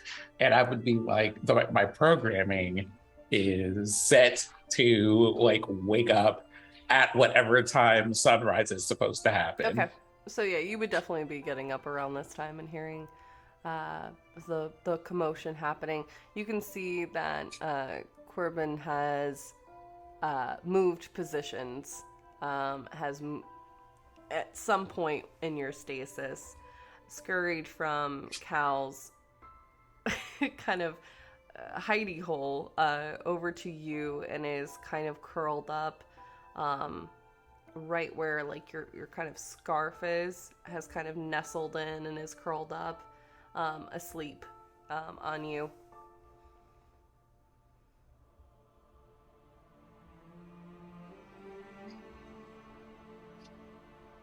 Caldrix, it is the time to begin our wake-up procedures. Wake-up procedures initiated. No response from Cal yet. There's just a gentle mage hand poking at you. And as soon as you do like poke Cal, he's gonna just sit up and abjuration, convocation, divination, evocation, transmutation, illusion, enchantment, and necromancy. That's all of them, isn't it? Wait, where am I? Oh, good morning. Morning, Rory. Sorry. Good morning. Good morning, Caldrix. Sorry. Morning starting voice and all of that. A new day is upon us and potentially new trouble to get into. Oh, that's never how I start any day. Looking forward to more trouble to get into. But right at the time that you say that, I think you would hear like the sounds of training coming from the room just beyond this door.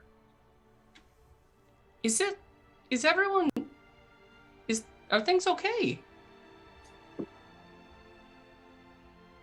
I believe, well, it doesn't sound like there is any major trouble. Our friends have not summoned us for help. Perhaps it is some form of training that they're doing. Right. All right. Okay. That makes sense. They're the fighting types. So so Cal will just stretch a little bit and right. So where do we go from here? Did you say you needed to go back to Astera?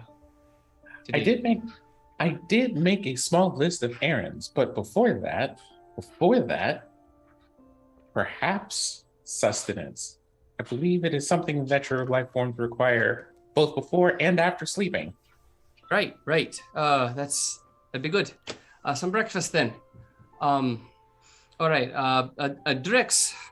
Cal, how are you now? Good. And you? Not so bad. Fair enough. Good stuff. Right, Drix. Anything on the contents of the letters overnight? Did you mull over it over the night? Hi, Cal. We went over your memories of the letters all night. The contents of the letters did not change. Of course, I didn't expect them to. I just thought maybe you'd have more insights. Oh no, they are still the letters that you had when you went to bed. And the blank page, still blank. Thank you, Drix. Thank you, that I appreciate that. That's what you keep me here for, isn't it?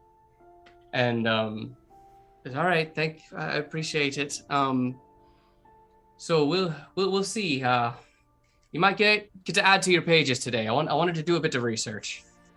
Ooh, been a long time since we get some little new additions. Then, so he grabs up Drix and grabs all of his things, and he moves out into the common area where I heard the DM say something about teas. There are also things of coffee and other caffeinated nature. There is a small kitchenette area which has a hearth and a cauldron.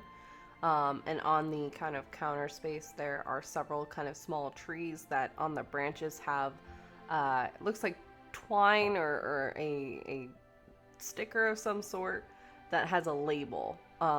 In our world, it would kind of look like when you go Christmas tree shopping, the different trees. It's labeling on the different branches like mint and lavender, things like that you can kind of select. And then the hot water is from the cauldron. Right.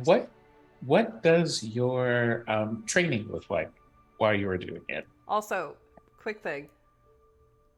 Anyone who partook in alcohol needs to roll a constitution save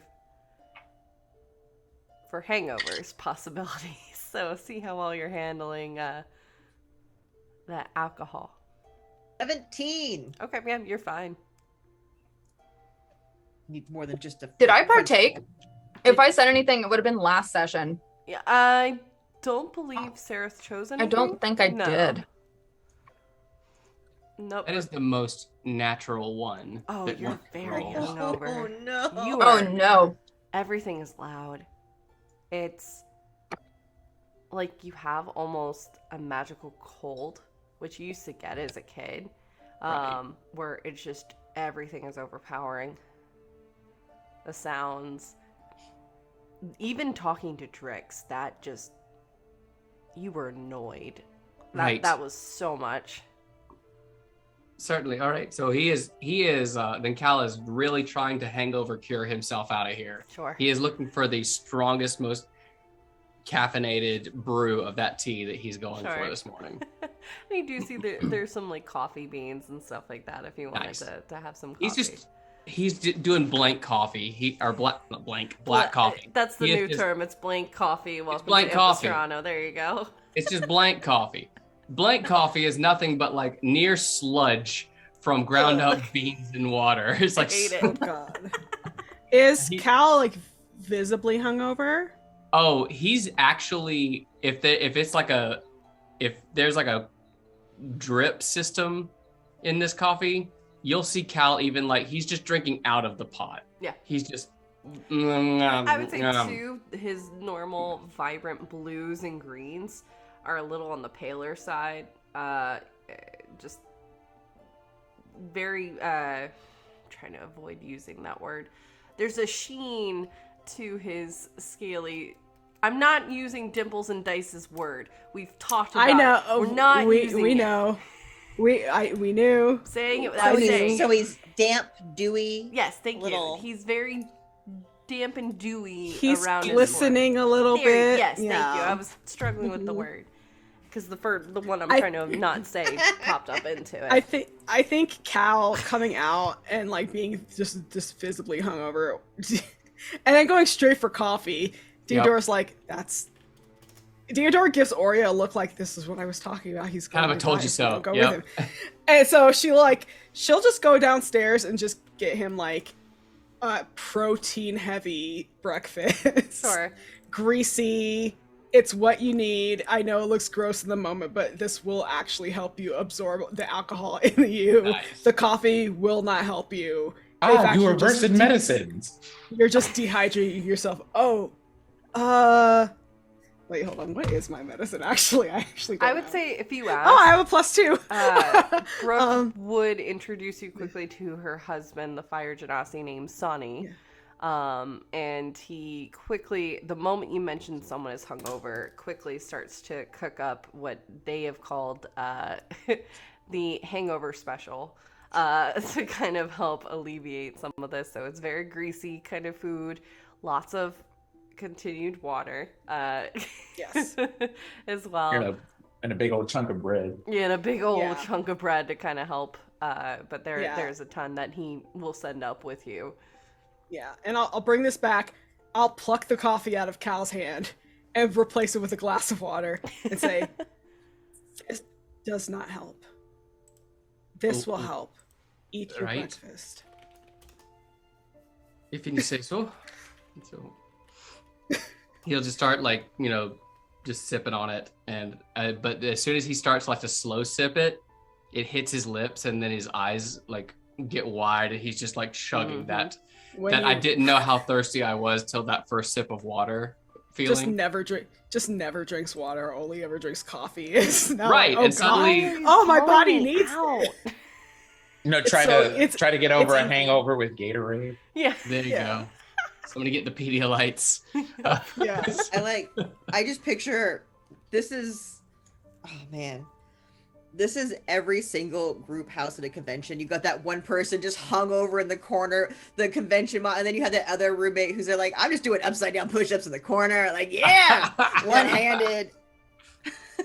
Yeah. Yeah, Deodora takes a break to be like, this is what I was talking about last night. He's going to die. Get some food.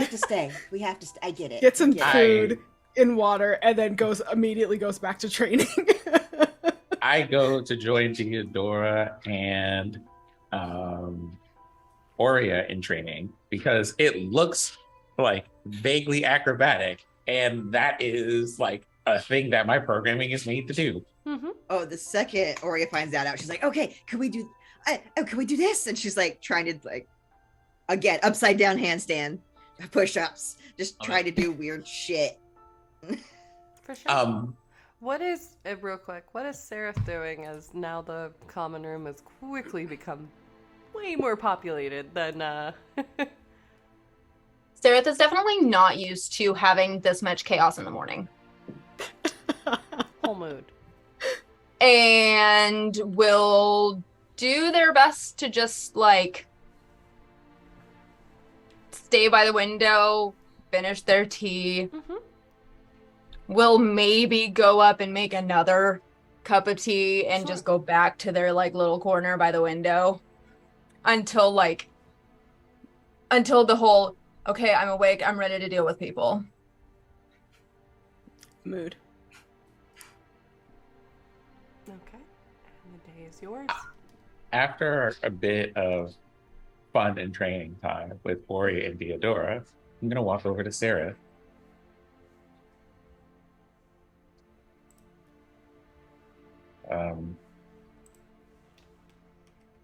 Good morning. Hello. Also, hello to Sebastian is Sebastian out at this moment? He is not out. Because Sarah can only summon him or wild shape so many times a day. And so they only summon him whenever it's either super necessary or we know is not going to be a very busy day. Well, a question for you. Um, at some point during the day, would you like to summon Sebastian so that Sebastian and Corbin can get to know each other better? It seems like this is something that Sebastian wishes.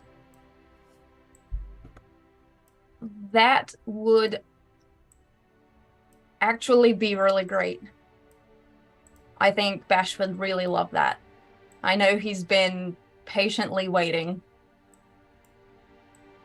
And of course, we didn't want to impose. It seems that Sebastian is not yet here, and Corbin is, and I just like touch the spot that he's sleeping in. I think currently having a rest of his own, but at some point during the day, perhaps. Of course. And if you ever need anyone to watch Corbin, I'd be happy to.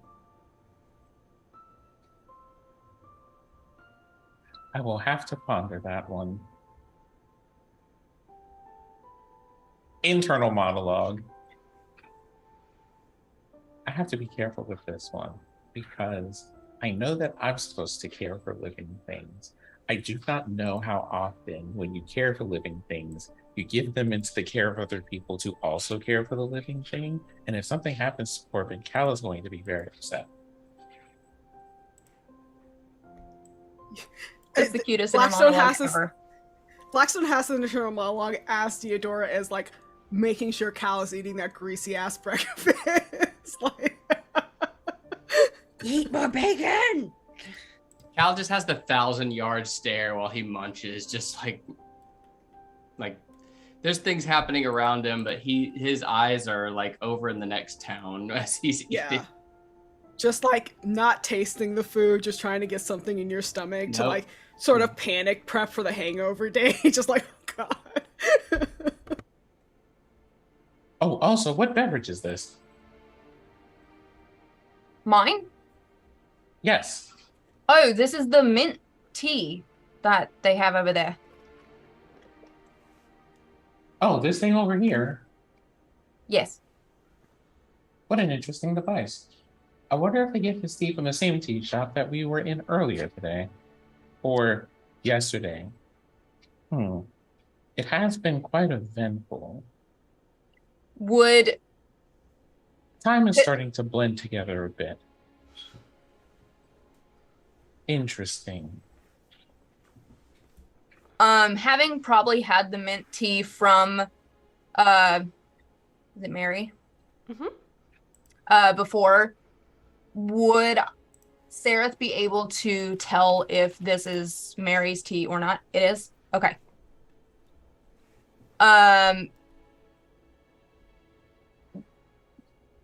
It would make sense that that Mary would be the supplier. Oh, well, if that's the case, then I should absolutely have some, because that was a delightful experience.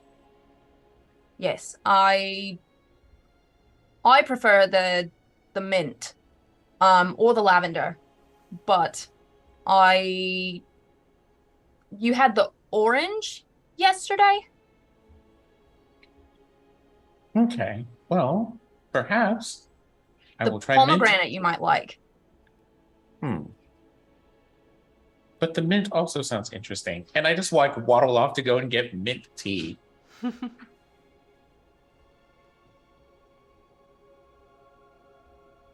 You can probably try multiple. It comes with the room, so I'm you're so not paying for confused. individual cups of tea. Is Blackstone capable of imbibing the beverage in the first place? I can drink things, but I do not need to. Yeah. Oh, got you. All right, got you. So They I can, go. They can eat and drink things they don't have to survive. Fantastic. So I have some mint, and then I look at the lavender, and then I look at the size of this glass, and I just pull both of the tags at the same time. the powder of mint quickly fills your cup, as well as you pulled the pomegranate as well. Lavender. Lavender, got it. And the lavender powder also immediately drops into your cup that you have. Smells interesting. You're basically choosing the kind of polar opposites in terms of the tea spectrum. Lavender is usually very relaxing, and mint tea is very like, oh, awaken. But I feel like the flavors would complement each other. Mm-hmm. Because, like, I'm testing this for flavors. Yep. You're just kind of like, You're basically being Willy Wonka with tea. So I am. Yeah. I am currently. As someone who has a lavender mint lotion, can confirm it is fantastic Yeah. together. And you go over the cauldron, I'm assuming, to get some water as well. I do. And Okay. then when I make some and I taste it, I take some back to Sarah, and it's just like, you should try this. Oh, what did you mix together? It smells delightful. Or would you just like me to try it first? I would like you to try it. I think it might be surprising, but in a pleasant way. Okay, so you like it. Yes, I do. Okay. And Sareth will take a sip. And will enjoy it. Blackstone, would you like to try the mint just by itself? I did try the mint by itself before trying this glass because I wanted to see what would happen if you blended them together. That's fair. Because science. That is fair. If Cal is in earshot, he's gonna very like weakly go, that isn't how science, never mind. He blended two things together. They blended two things together. It's science. Compounds. I feel that perhaps he will readjust his position after we've had a sufficient amount of food and he is less pale than he currently is. Yes, he does look like he had a rough time.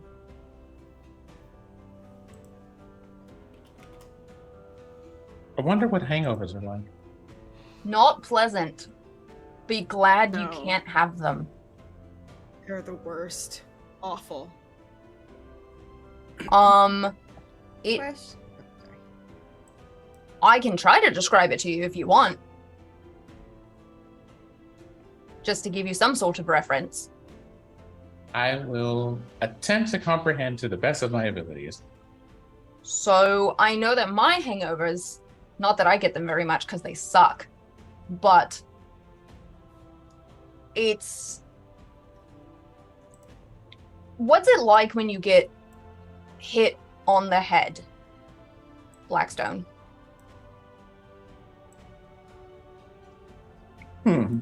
Well, if it's anything like yesterday, nearly fatal. No, I meant the internal feeling that you get. Like, I would imagine that no part of you is hollow, right? Oh, well, in the event that I get hit on the head, a small damage report appears on my internal scanners that informs me that I have been struck in a particular spot on my bodily structure. Okay, so then a hangover is like that happening over and over and over again, but also like it's happening from the inside out. But also, have you ever seen anyone throw up? Well, occasionally, things like spears or javelins or axes or Wait, stones. who's throwing up weapons? What are you talking about? I'm talking about like vomiting. You were referring to that very unpleasant experience where people sometimes, I suppose, project all their inner contents? Yes. Oh, well, that looks decidedly unpleasant. Yes. It's like instead of sitting in your stomach and it's just there subconsciously for your body to just do whatever, it stays like in your chest and your throat, and it's just kind of like having a lump there. Mm-hmm. And like you constantly want to do it, but you are trying to make yourself not at all times. And I take also, a moment to look at Cal to see if this is what's happening as is being described. Cal, do you have a lump in your throat? You feel like you're gonna throw up? Oh no, we'll be fine here. And so he's lying. Cal's grabbing his yep, 100%. No need to roll insight. He is lying. Blackstone, he is lying. He is 100% trying not to throw up right now. He's like in the middle of clocks after the future. Yeah, as you're talking, he's in the middle of throwing his Ohm staves, and he's trying to do like a quick morning reading, like how's this day gonna go then? But as soon as he like opens the bag and shakes it onto the floor in the corner that he's sitting, I'm picturing him just on the corner of the floor. He's not on any other furniture. He's got it back to the wall, trying to eat the food Deodora's given him. Found a spot where the place won't spin. Right. And as all the like sticks clatter to the floor, you go, oh, all right. No, I'm fine. Not gonna give a spit. Not gonna spit. It's all right. You should also notice, Blackstone, that he is also sitting in that particular spot because that is the last spot that he was currently not dizzy. Interesting. And so if he gets up, the world is going to start spinning again. That looks very much like how I sit when I am sleeping. Well, I think that's what you call it. I don't know if I actually do that. But also, this seems to be the product of like ingesting several types of poisons, which only seems to happen in the taverns and in the woods. Why do people do this to themselves voluntarily? Well, because to a certain degree, it's fun and it tastes good until you get past a certain threshold. And then once you cross that threshold, then yes, your body takes a lot longer to flush it out. And so it is kind of like being poisoned. And if you drink too much, you can actually get alcohol poisoning. And that's even worse. That's when you have to call the cleric.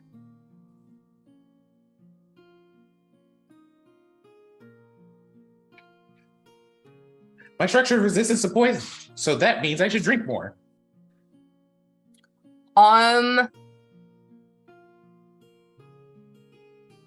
But or at the very least, I run significantly less risk of hangovers than common organic life forms.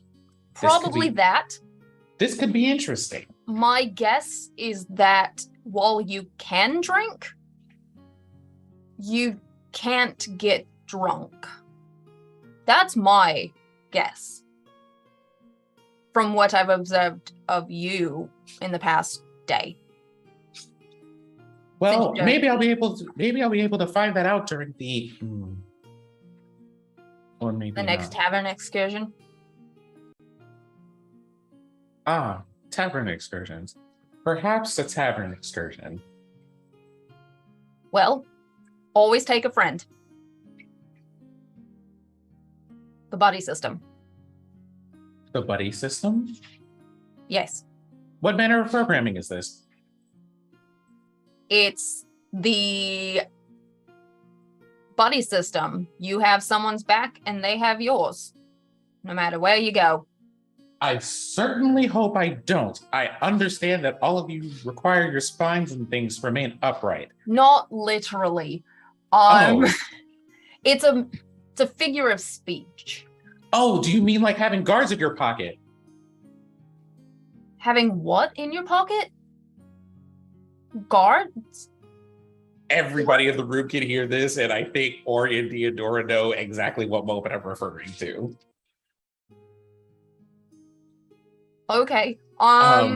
So when I ran into the Minotaur that we saw earlier, they said that they had the Crown's Guard in their pocket. Oh no, this is completely different. Oh. That just means that they were just talking shit. And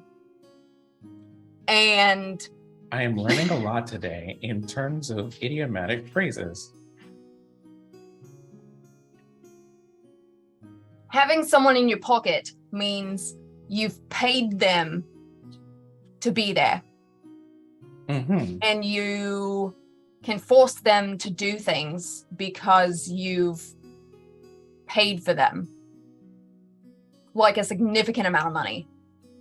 But anyways, no, someone having your back is like when you get in a fight and you need someone to watch your six.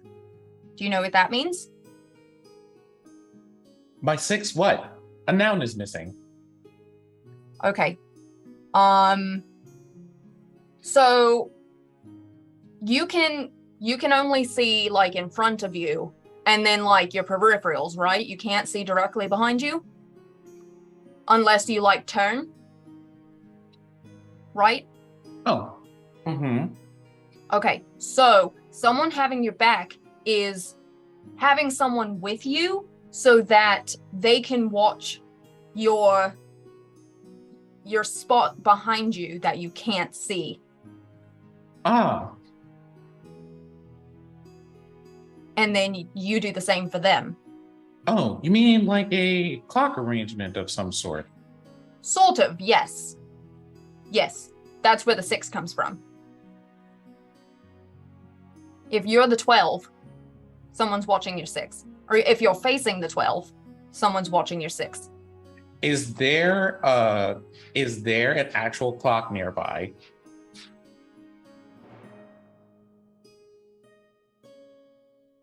No. Sad times.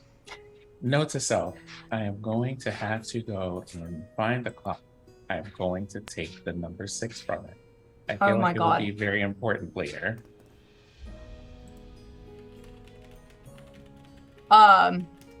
But how did we get on this subject of the buddy system when we were talking about hangovers? Oh, because you were, okay, hold on. We're playing conversation. Oh, no, that's not necessary. You said if I decided to go to a tavern and have a beverage, I should definitely take a buddy, because you said the buddy system was important to make sure that, I suppose, people are safe during their excursions and drinking experiences. Yes. Plus, it's no fun to drink alone.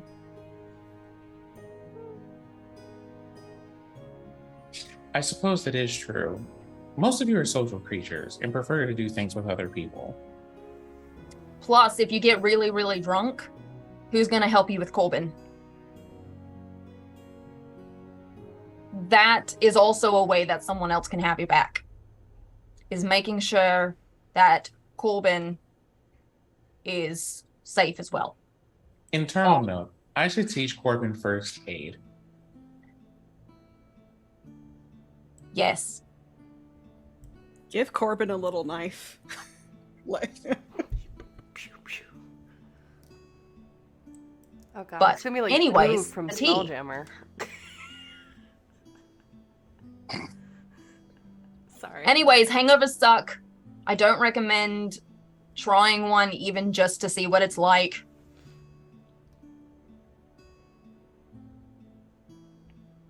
But if I understand it correctly, as we're currently observing in this situation, it is very amusing for the people who are watching the situation unfold, as long as they are not involved. To a degree. And then you just feel bad for them because it takes so long to get over a hangover. Is that currently happening?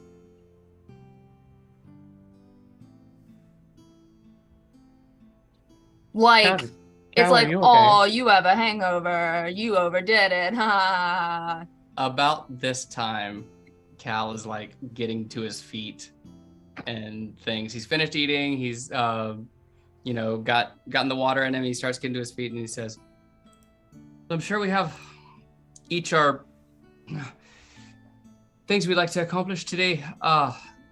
However, I do have it in my mind that seems when we visited Grenowitch, I was the one that personally gave my word to repay for letting us take the pearl with us. So if you don't mind, not sure what everyone has planned, but before we head off to our ventures, I'd like to go see the shop and see if I could begin to chip away at my debt. I mean, we also raided the cabins pretty well. And Seraph will pull out the pouch that they grabbed from Big Beefy's room. Mm-hmm. And it'll be like, I mean... Wait, was that not included in the 75 that got divvied out last night? I thought that was. Nope. Or I just divvied up my money. Oh. The money That's right. That was I was about to say, because they pulled some off of the one Minotaur, and then I found another stash. Yes, you did underneath the because we and raided blankets and cot. the magic Didn't you say it user was- and the Minotaur. 20? Mm-hmm. You did. Yeah. I did. So I have that. You have a Right. separate 20. Right. I'm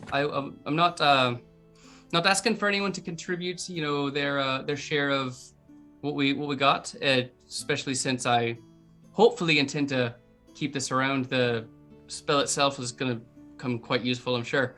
But I would like to at least give some repayment and see if what's further arrangements Grenowitch would be satisfied with. So of course we could divvy out that pouch you got there, and you're all welcome to come along, but of course not obliged to. How much do you need? Well, she didn't name the price, did she? She did. She said 100 gold. No, she didn't. Oh wait, she said she would require a favor from you, I Yes. believe. Yes. So you actually probably won't have to pay Grenowitch. She'll just require a favor from you. Right. Maybe two. Right. All right then. So, suppose the longer you wait, the heavier the weight that hits you. So, Yes, best to stay on top of things. So, I suppose I should go be visiting Grenowitch this morning. And, as I said, you're all welcome and invited to come, but seems as I'm the one using the goods, I'd be the one to be given payment for him. And so he starts gathering his things up, grabs his cloak around him, pins it, and grabs his walking stick, and he'll start making for the door slowly versus however, if someone's coming with him, he's gonna move a little bit slower. He's not trying to rush out. I will join you as soon as possible. Although, I would like to know what favor she asked. It could be fun. If there's any kind of don't know, unconventional she's- fun to be had, you'd be the Mhm. first one to call. She seems to be the kind who might ask you to do violence. I think that could be good. What, for me? I feel like she knows that Cal is a wizard, and so she probably will not request violence from Cal. Well, I would know Probably Probably if I was will a wizard ask then. Cal to go get spell components or something like that. Oh, I wouldn't know if I'm a wizard. I'm a scholar. I'm maybe a scribe of some sorts, but I don't know about wizard. That's the thing is, getting spell components and having adventures, if they're anything like what we've done so far, probably means there will be some sort of danger. And at the very least, it'll be a very nice and lengthy walk.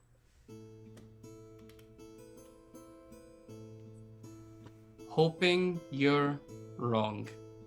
And he turns and starts to head out towards the door. Okay. So we'll follow your thread first, Cal, and then we'll circle back to what everyone else is doing. You head down the stairs and see the fire genasi working away. The inn is pretty packed. Like the tavern itself, people are eating breakfast, some people are eating brunch, some people are eating lunch.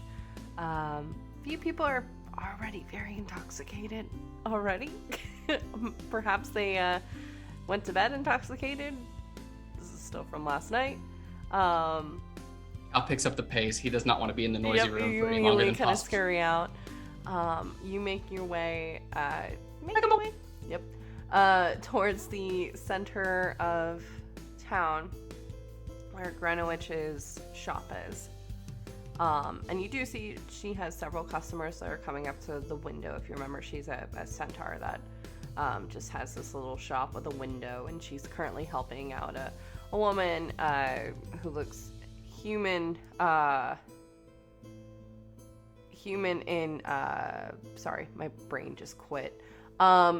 Human in physique, with blonde hair that's kind of tied into a ponytail, and two kids that look about to be like 5 or 6 that are kind of hanging on either arm as she's talking to Grenowitch. You see there's an exchange of coin as she takes her leave as you approach Grenowitch's shop. And then Cal will walk up and top of the morning, Miss Grenowitch. I was Caldrix Derek at your service from yesterday. It was. I have to thank you for the pearl and for its use. Now, I was hoping to carry it with me on my further investigations while I'm in town. So I would be looking to repay you. I have found a bit of coin along the way. Didn't know if we should work out some kind of system of purchase officially past the borrowing that we did. Tor, why don't you come on in? I imagine you came up to the window, or did you actually go into the shop? If she was currently at the window, Yeah, she was at the window. he would have just gone ahead and approached her at the window and talked to her. Sure. I remember you very well, Pearl. So why don't you come on in and we can discuss this at greater detail. Oh, certainly. And Cal crawls in through the window. You see her. You're crawling through the window. Okay. She kind of just is like, okay. She shuts the window real quick, putting a sign like, "Be back in 10" kind of thing. As you enter the shop, it's kind of just an odd shop. There's antiquities, rarities, there's things that are in jars, there's herbs. It's just a very strange shop. For you, not so much. A lot of these are magical components based in here that are used for a number of different things, whether it's scrying or Been in an apothecary before. yeah, basically. So it's not too strange, but to those that are not magically inclined, it might be straightly kind of odd. Right. But she kind of gestures you back to the back room. Have a seat, and she's got her little office space. Right, of So, course. And he pulls out his change pouch, and he's starting to No. untie it. So what? no. The time for money has kind of passed. When we agreed, if you remember, we said favor. Oh, I thought that was just one of the options. No. So he's And she's kind of rubbing her hands together, looking just slightly intrigued. No, if I recall, because you did actually mention this. It was pretty dire, too, if I remember. You are familiar with the colleges. I loose association with Lyros myself currently. Ah, that's the one I was hoping you would say. Are you familiar with the Pithy weather? Oh, hi. Professor Pennyweather would be currently reviewing one of my proposals for the school. On a mission study course for Professor currently. Perfect. So that means you have access to her and her office. I mean, not all the time, but I'm sure she'd be available soon. Wonderful.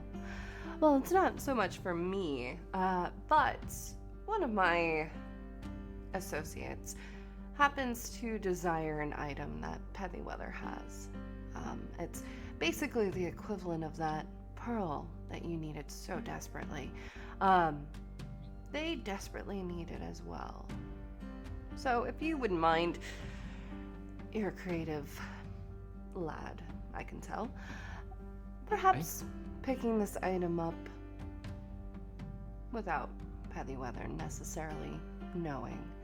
That would be enough to settle the debt that's currently owed. So, you're asking me to steal from the professor to get your friend one of the trinkets from her office? Not a friend, more of a client. Right. As I mentioned, it's of dire importance. You needed that pearl for something dire, correct? If I remember, you said it was for something that was of great importance, and that's why you needed it now and didn't have the funding. That's friend was in danger, yeah? Mm-hmm. My associate also, the object they need will help them because they are also in danger. It's a fair trade. But that's maybe fairly true, but it'd be. You see, I'm trying to get on staff at the college currently, and I'm not sure that pilfering from the offices bodes well for fellows. Well, you seem very intelligent. There's a number of students at the school. I'm sure you can find some way to blame it on another staff member, on a student. That's not really my expertise. How you get the item, preferably, because I highly doubt Pennyweather will part with it, is entirely up to you. You know, it might be easier if I just return the pearl. Yeah, in this case, you know, you didn't. Sorry, we don't take back. Once it's been used, you know, you break it, you bought it policy. I see. All right, that's right. And there's no coin amount we can agree on. Unfortunately, no. Oh, right. Suppose this is the part where I need to know what you're trying to get me to retrieve. Sure. And she pulls some parchments aside, and in one of her kind of folders that she has, you see that there is what appears to be a sketch of a wooden sculpture. Not large, not like those large trees that you all were lugging everywhere. It is like about this big, enough to hold in your hand, of two lions that are, looks to be fighting. But that is what you currently see. My client wouldn't specify specifics into why they need it. I'm assuming it's for some kind of debt on their life, but they need this item. Right. Okay then.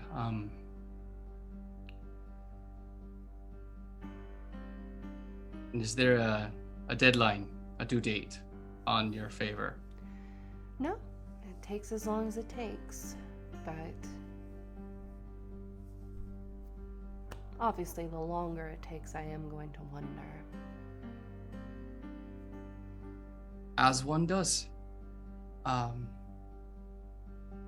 Well then, I appreciate your willingness to do business and the credit you've bestowed on me, and I hope that you have a wonderful day and enjoy your festival. And in any case, I hope to see you around, maybe. Yeah. And then so he just starts like to get up and starts to awkwardly. She'll kind of, before you go, quickly just kind of grab your hand and pat it twice. Has a pleasant demeanor about her. Like, what's your insight? Like passive. Passive insight.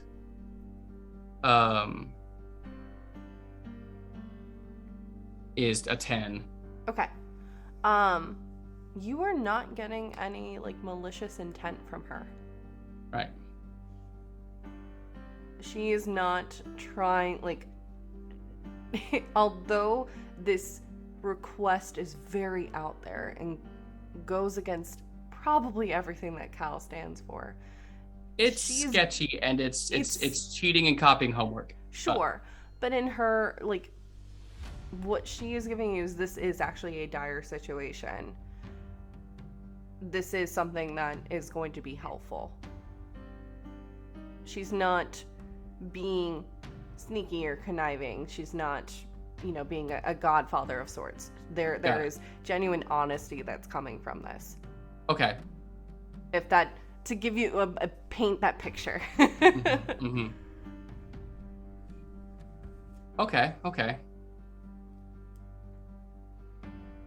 So that Cal will then, like, he walks just a little ways once he exits the shop. Mm-hmm. He walks just a little ways so he's not lurking in the doorway. But once he's a good, few paces away to where like morning crowds have cut between him and the shop and everything, he just kind of stands there for a minute thinking. And I'm guessing that the inn and the college are probably in two different directions. Correct. From where he is currently. Yep, the college was in the northwest. The inn was more southwest, closer to the river.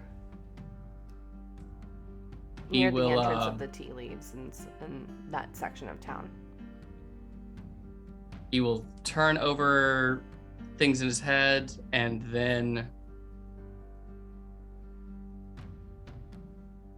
decides to quickly scoot back towards the inn. Like, he considers going straight to the college for a moment, but then turns and starts heading towards the inn. All right. We are going to cut back towards the inn and see what the rest of the group is doing. I would be going to request the help of Sunny if I can find him. Oh yeah. And trying to put the small trees in the cart, as I am going to assume that Theodora and Aurea have things to do and have gone to do them. Sure. You come down the stairs and Brooke is quickly moving around tables. You see Sonny is over by like the bar area itself and has on his shoulders the little fiery Genasi girl on as he's just kind of cooking. She's kind of just got her fingers in his hair that's just kind of hanging out as he's cooking. And as soon as he knows you, he quickly turns around. Are you the one that wanted the cart? Yes, I am. And he kind of gestures for you to follow back behind the bar into where you can see is their living quarters. Then there's a door that leads outside, and behind the inn itself is where the stables are. And you see that right now there's several horses that you can probably gather are other clients that left their horses here, as well as there is a carriage that's right there that for the moment doesn't have anything in them. And he kind of just gestures towards it. That's the cart. Okay. I have a couple of small things I need to put in here. I have 2 questions for you, and I give him the measurements of like what the pieces are. Mm-hmm. do you have any boxes that size? And would you mind assisting me with putting these in the cart? As I learned yesterday when I got these, they have a bit of heft to them. I won't be able to help you carry them, although weren't you with that really strong looking person?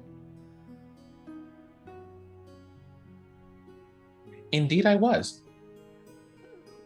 Are they unable to move the items into the cart? I am uncertain. Okay, I would check with them first.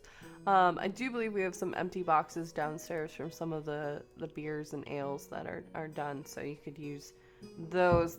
One should be enough to fit each of the trees, so you'll need 2 boxes. I can grab those. But yeah, unfortunately, just because we're kind of busy with everything happening in regards to the festival, but I'm happy to provide that to you. That's not a problem. Internal monologue happening would be something to the tune of, well, on the one hand, I could possibly help in a way that makes them less busy, but that would probably not be optimal for them, considering that this is a money-making adventure for them. And probably important to their way of life. I am pretty sure it would not be received well. Well, let us ask Theodora and see if she is available to help before she goes on adventures for the day. And he quickly will take off to go get those boxes for you.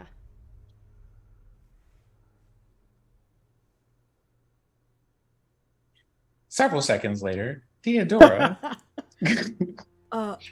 Yeah, Theodora's in like the dining area shoveling food in her face. Just, yeah. Would you mind helping me take those 2 trees that we acquired yesterday and placing them in some boxes? There's a cart outside that the tavern had allowed me to use, so I can take these to one of the nearby colleges so that we don't have to worry about those. Oh, yeah, I can help with that. No problem. Wonderful. I assume, is Aurea at the table too? Yep, I'm right across from you, Yeah. also stuffing my face full of food. Okay, so I'll just like give you like a look like I'll be right back, and then I'll go with Blackstone to help out. Let me know if you need another hand, as I put food in my mouth.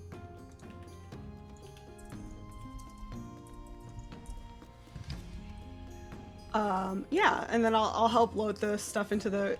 Well, I'll help load them into boxes and then load them into the cart, or however it goes. Whichever order comes first. So, do you need me to roll for that, or just my roll from the day before? Okay. Yes, please. Sorry, I'm typing a quick Okay. message to Sarah. Nope, you're good. You can roll that at advantage because I would clearly be trying to help. Oh, okay, cool. So this is just a strength check? Just a straight strength, or athletics?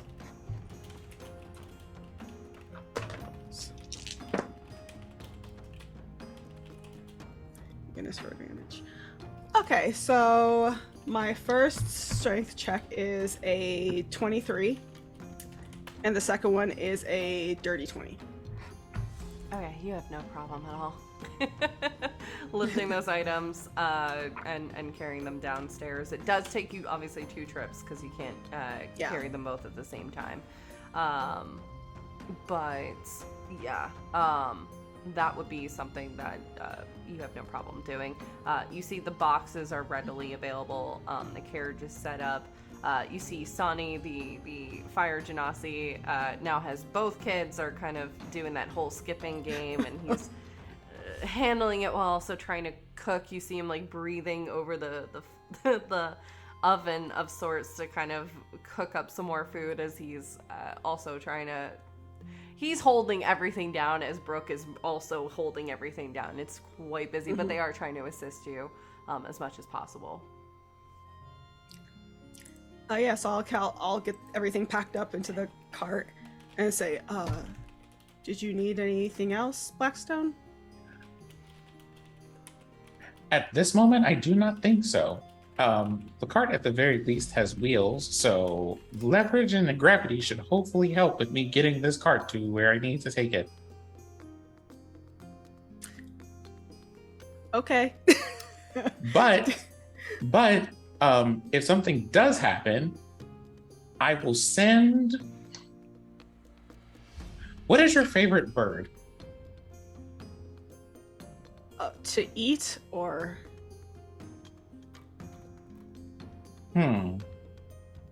What is your favorite predatory bird?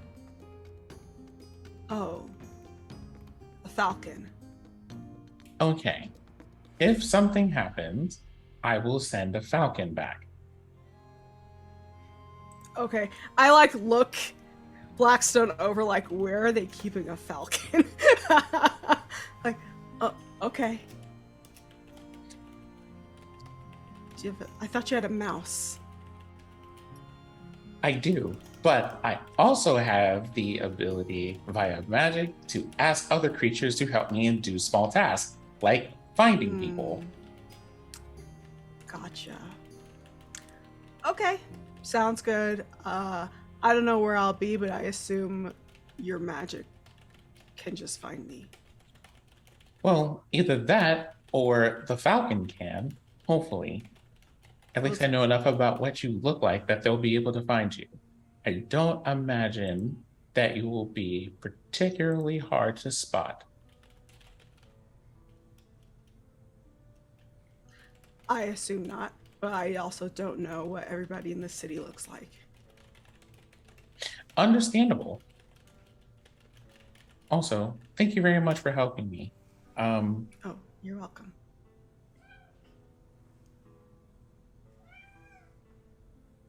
Just awkward silence.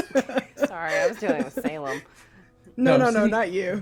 No, there's just mostly me thinking, do I apologize for interrupting the meal that they were in to get them to help me with all of this stuff? I do not know.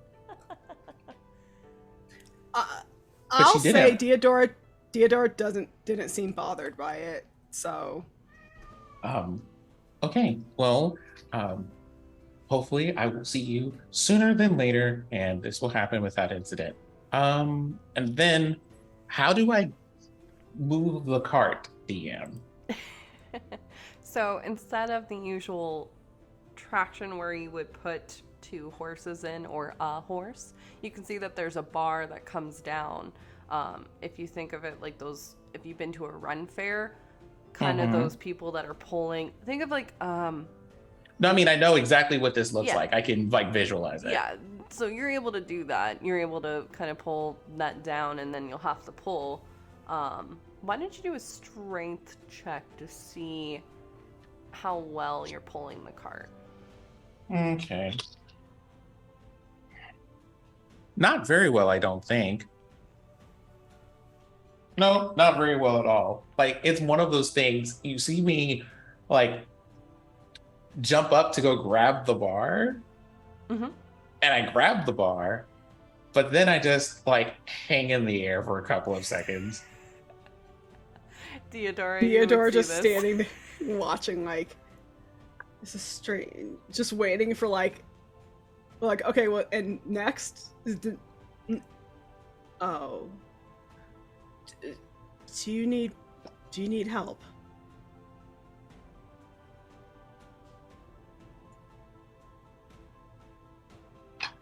Probably, as I just look at the bar.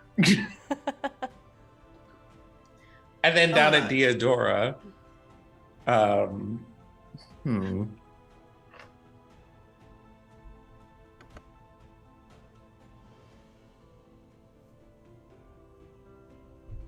I got 23 on my strength. Oh, you have no to pull this problem. bar.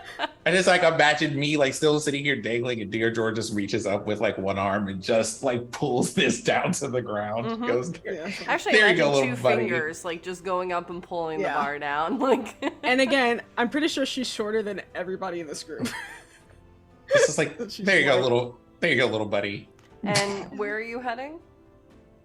I am going to take these to to Astera. So Okay. As you are heading, you do see behind you looking.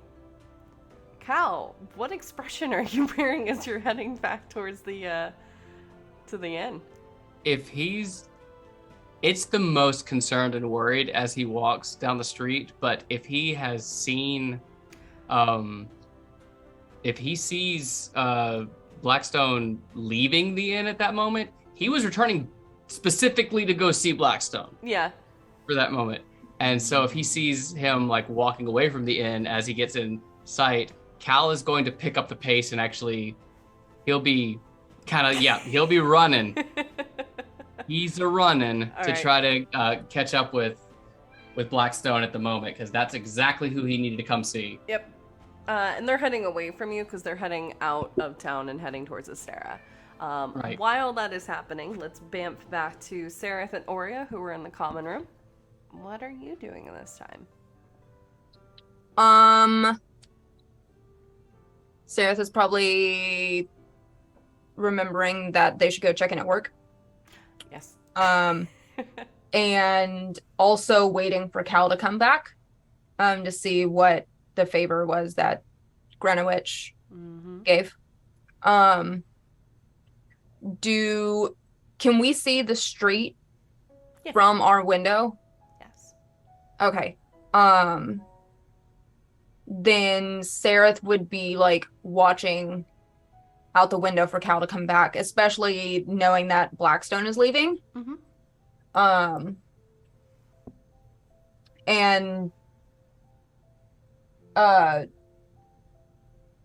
when Sereth sees them like going off and not coming back. Yeah, you see quickly Cal picking up the pace and is almost sprinting to catch up with the cart as you see Blackstone and Deodora heading out. Okay, so Deodora's going with him as well? Oh yeah, because Deodora's carrying the cart. Yeah, Deodora is the reason the cart is moving.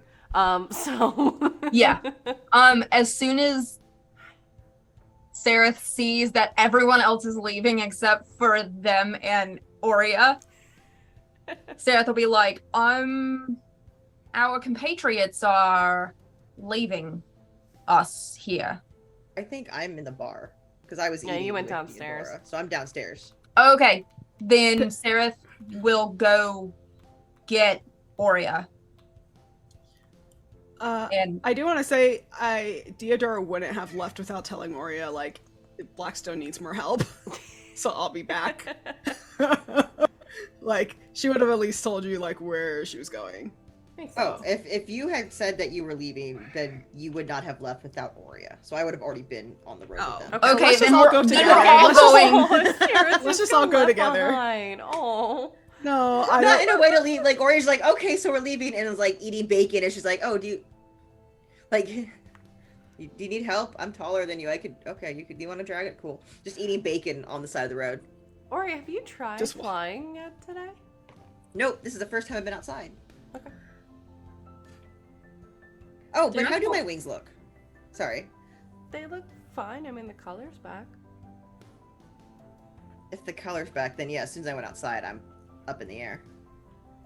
And you are. You are flying. Should we get Sereth? I fly up and I knock on the window.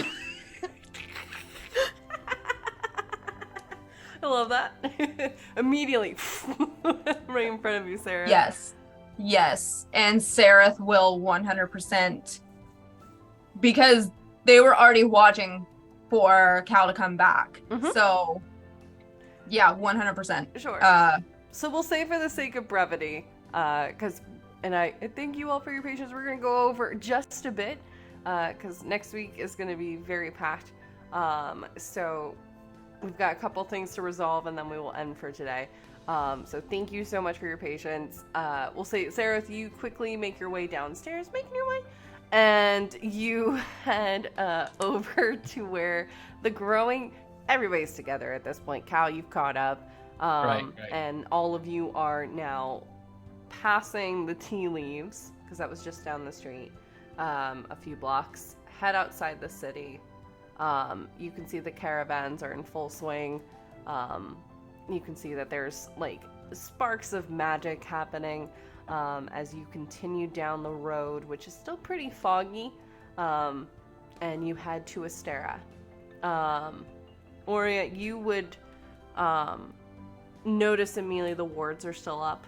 You see in the distance, please don't knock over my dice again. The guards are still there, as well as you're all approaching. And we're all just walking. You know that. I guess Deodora's pushing the rickshaw over there, right? Mm-hmm. All right, so Yeah, muscles rippling. Okay, she's not wearing her chainmail because she didn't put it on yet, so it's just muscles. Sun's out, guns out. Absolutely. Maria's kind of fluttering head level with the rest of you. Well, as we are approaching, Cal would have caught up to everyone and would have made his pleasantries, remembered his manners to say hi to everybody, and knowing that we're heading for Satara. That's great. And then he will telepathically to Blackstone say, so Rory, so it would seem that I can't buy the pearl, and you're muted. You're muted there, then. This is bad, isn't it? Oh, a bit, because you see, she doesn't want me to do any violence, but she does want me to do a bit of burglary on Professor Pettyweather's office.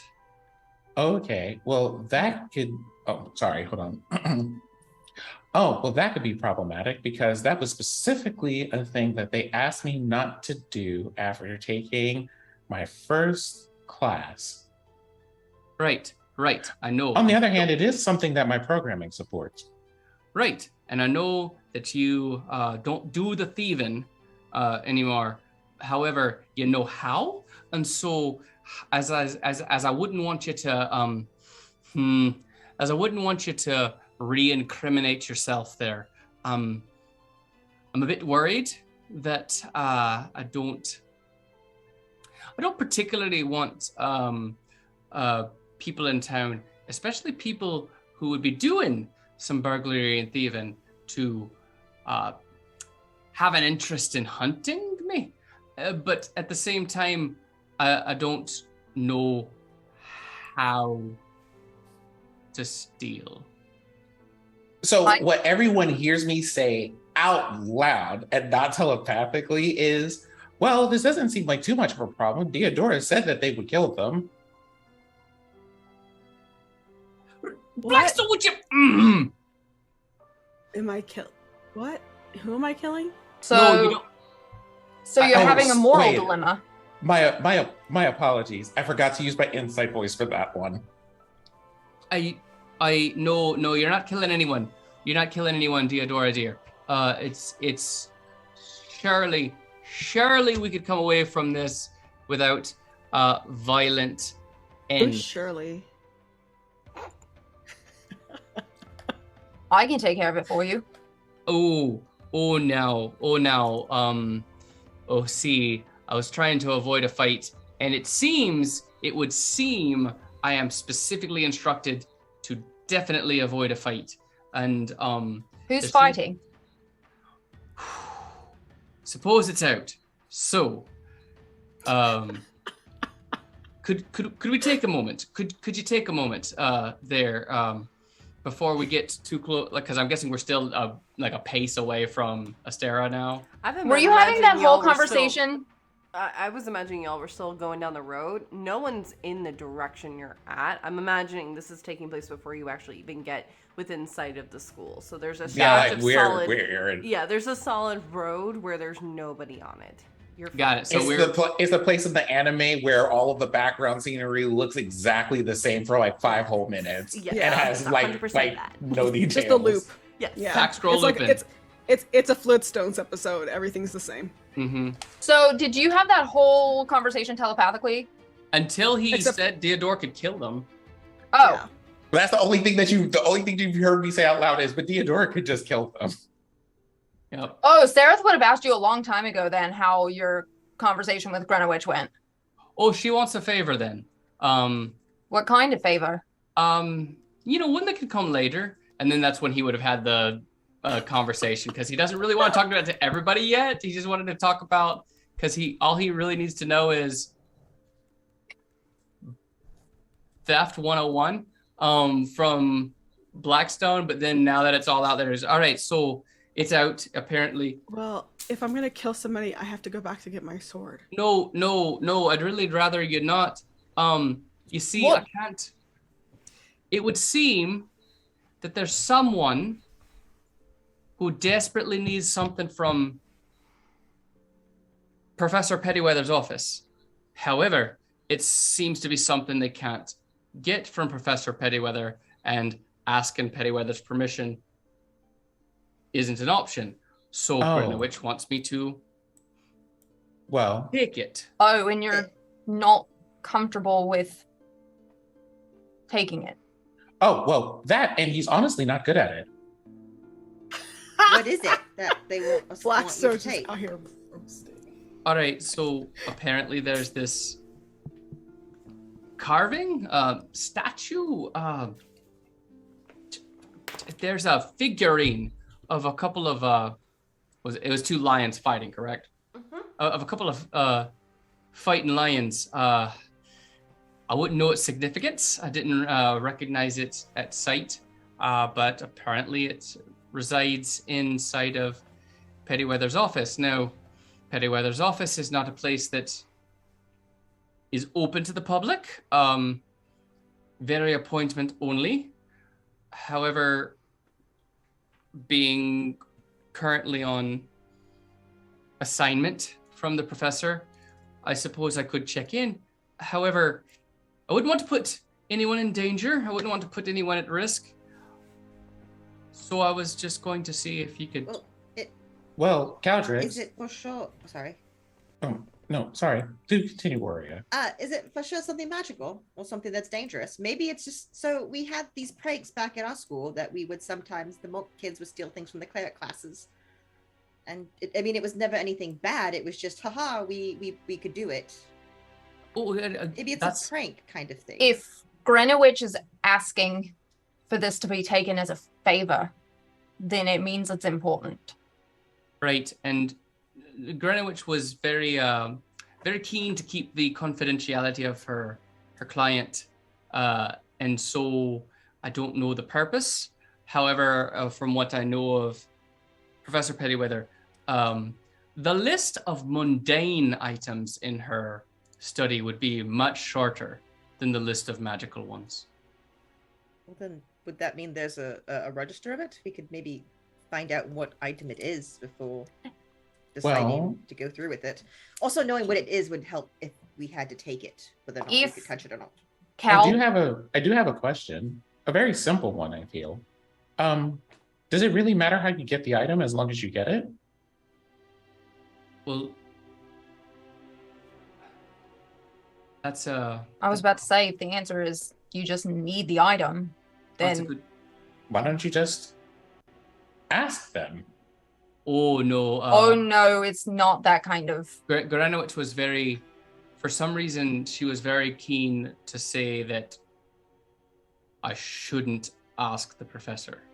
Well, being told that you shouldn't do something isn't the same as being told that you can't. And don't you have a good relationship with this professor? Maybe they would understand, or if this was a very bad person and your professor's a very nice person, we could get a fake version of whatever you have to take. All of this is a really bad idea. And Cal, if you're not comfortable going and retrieving it yourself, if you just have a way to show me what it looks like and show me what Professor Pennyworth looks like, I can take care of this for you. Oh, that'd be That'd be asking quite a bit of you. That's just You pushing don't- off responsibilities. What that is. Can we not If just you're kill thinking Grenowitch? what I think you're thinking, you don't know that. All right. So.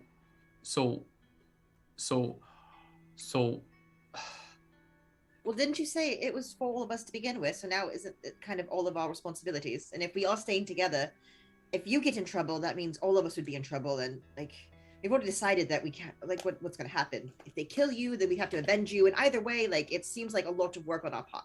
It'd Well, be the much professor easier to did- just steal it than to avenge your death. The professor did assign my debt. Oh, wait. No. Okay. I'm not sure that was an outcome. But now I know, or now I am thinking about it. The professor assigned me to go find other people to study and learn new things with. However, I don't think she had in mind stealing from her. However, if perhaps we could simply ask the professor. And Cal, yes, if Grenowitch is asking you what I think she's asking you, you don't just go ask the professor. Why right, not? Well, then what's she asking me if not to steal it? She is asking you to steal it. Oh, right. That's the whole point. Well, Cal can ask. I was not But told. then, I wasn't told that I can ask. So no, but the point is, if anyone asks about this item, especially in the realm of it's needed for something or whatever, Pennyweft is gonna know something's up. That's gonna put them on alert, and then you're never gonna get the item. Right. Oh, yeah. I have a foolproof plan. I can take care of this for you. How would you do that exactly? I have my ways. Could we disguise someone as like a prospective student? How- Maybe how- they could how go far meet away from- the professor? How far Like, away from away the from guards are we at this point? Oh, How far away you're from the away. front of You're them? away from people right now. I'm not gonna be alright. that mean and be like, oh, they're right How behind far away? you. I was. We Oh, start well, I was walking gonna ask slower. how far away from the inn we are, because like, can I just go back get my sword real quick? Just go. You're, I'm gonna you're take a like detour. a good 20, 30 minutes out from the inn at this point. Cal, I. can you do that thing? Oh, the Oh, were you referring to this thing specifically, Sarah? Yes, but I only need Cal. All right. Oh, okay. If begging your pardon, he says to everybody else. And he says telepathically to Sarah, "Are you asking to speak privately then?" Sort of. There's a reason why I keep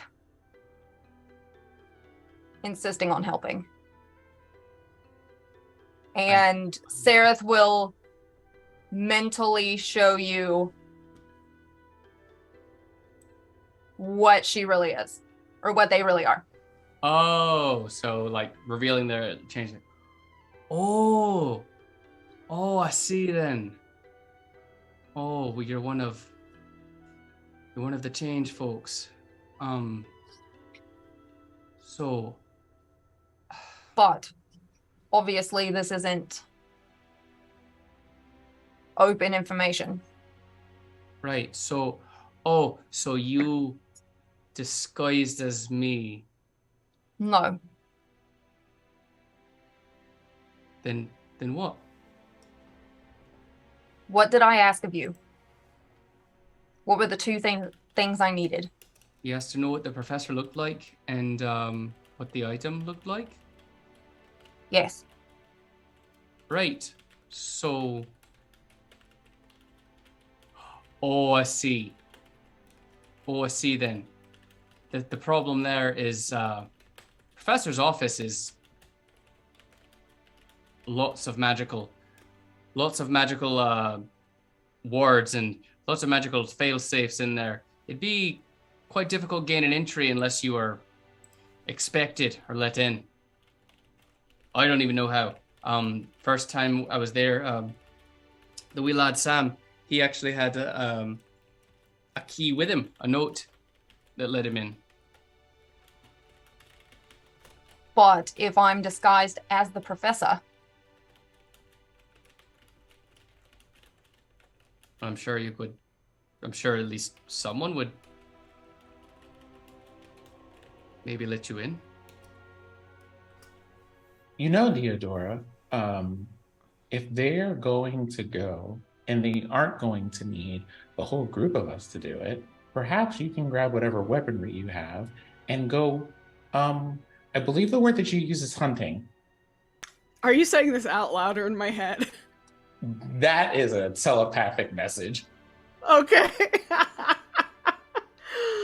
It's accompanied by the words are accompanied by stick figure renderings of like you going to do the thing at Grenowitch's place, which is like it all looks like it's made in Microsoft, like poorly animated in Microsoft Paint. Me just chopping the stick legs off the centaur. No, like you just like doing this. It's like you just see Theodora perk up like, oh. I say out loud, okay. we don't want to kill Grenowitch. I didn't say this that is out. telepathically. I know. Telepathic. This is Bab saying this.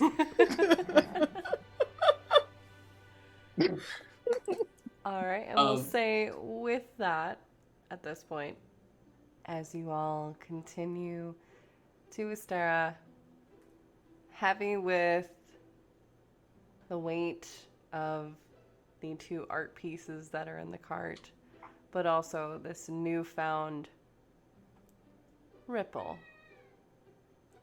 We'll call it high. We're going to go ahead and end the session for today. Ooh, Okay. boy, thank you so much, y'all. I know we went long. I was enjoying the RP and I didn't want to cut it short. There was some interesting developments today. So yeah, does anyone have anything they want to plug for this week that they're doing? Utharian Legends is back on the Chaotic Tiefling channel starting tomorrow.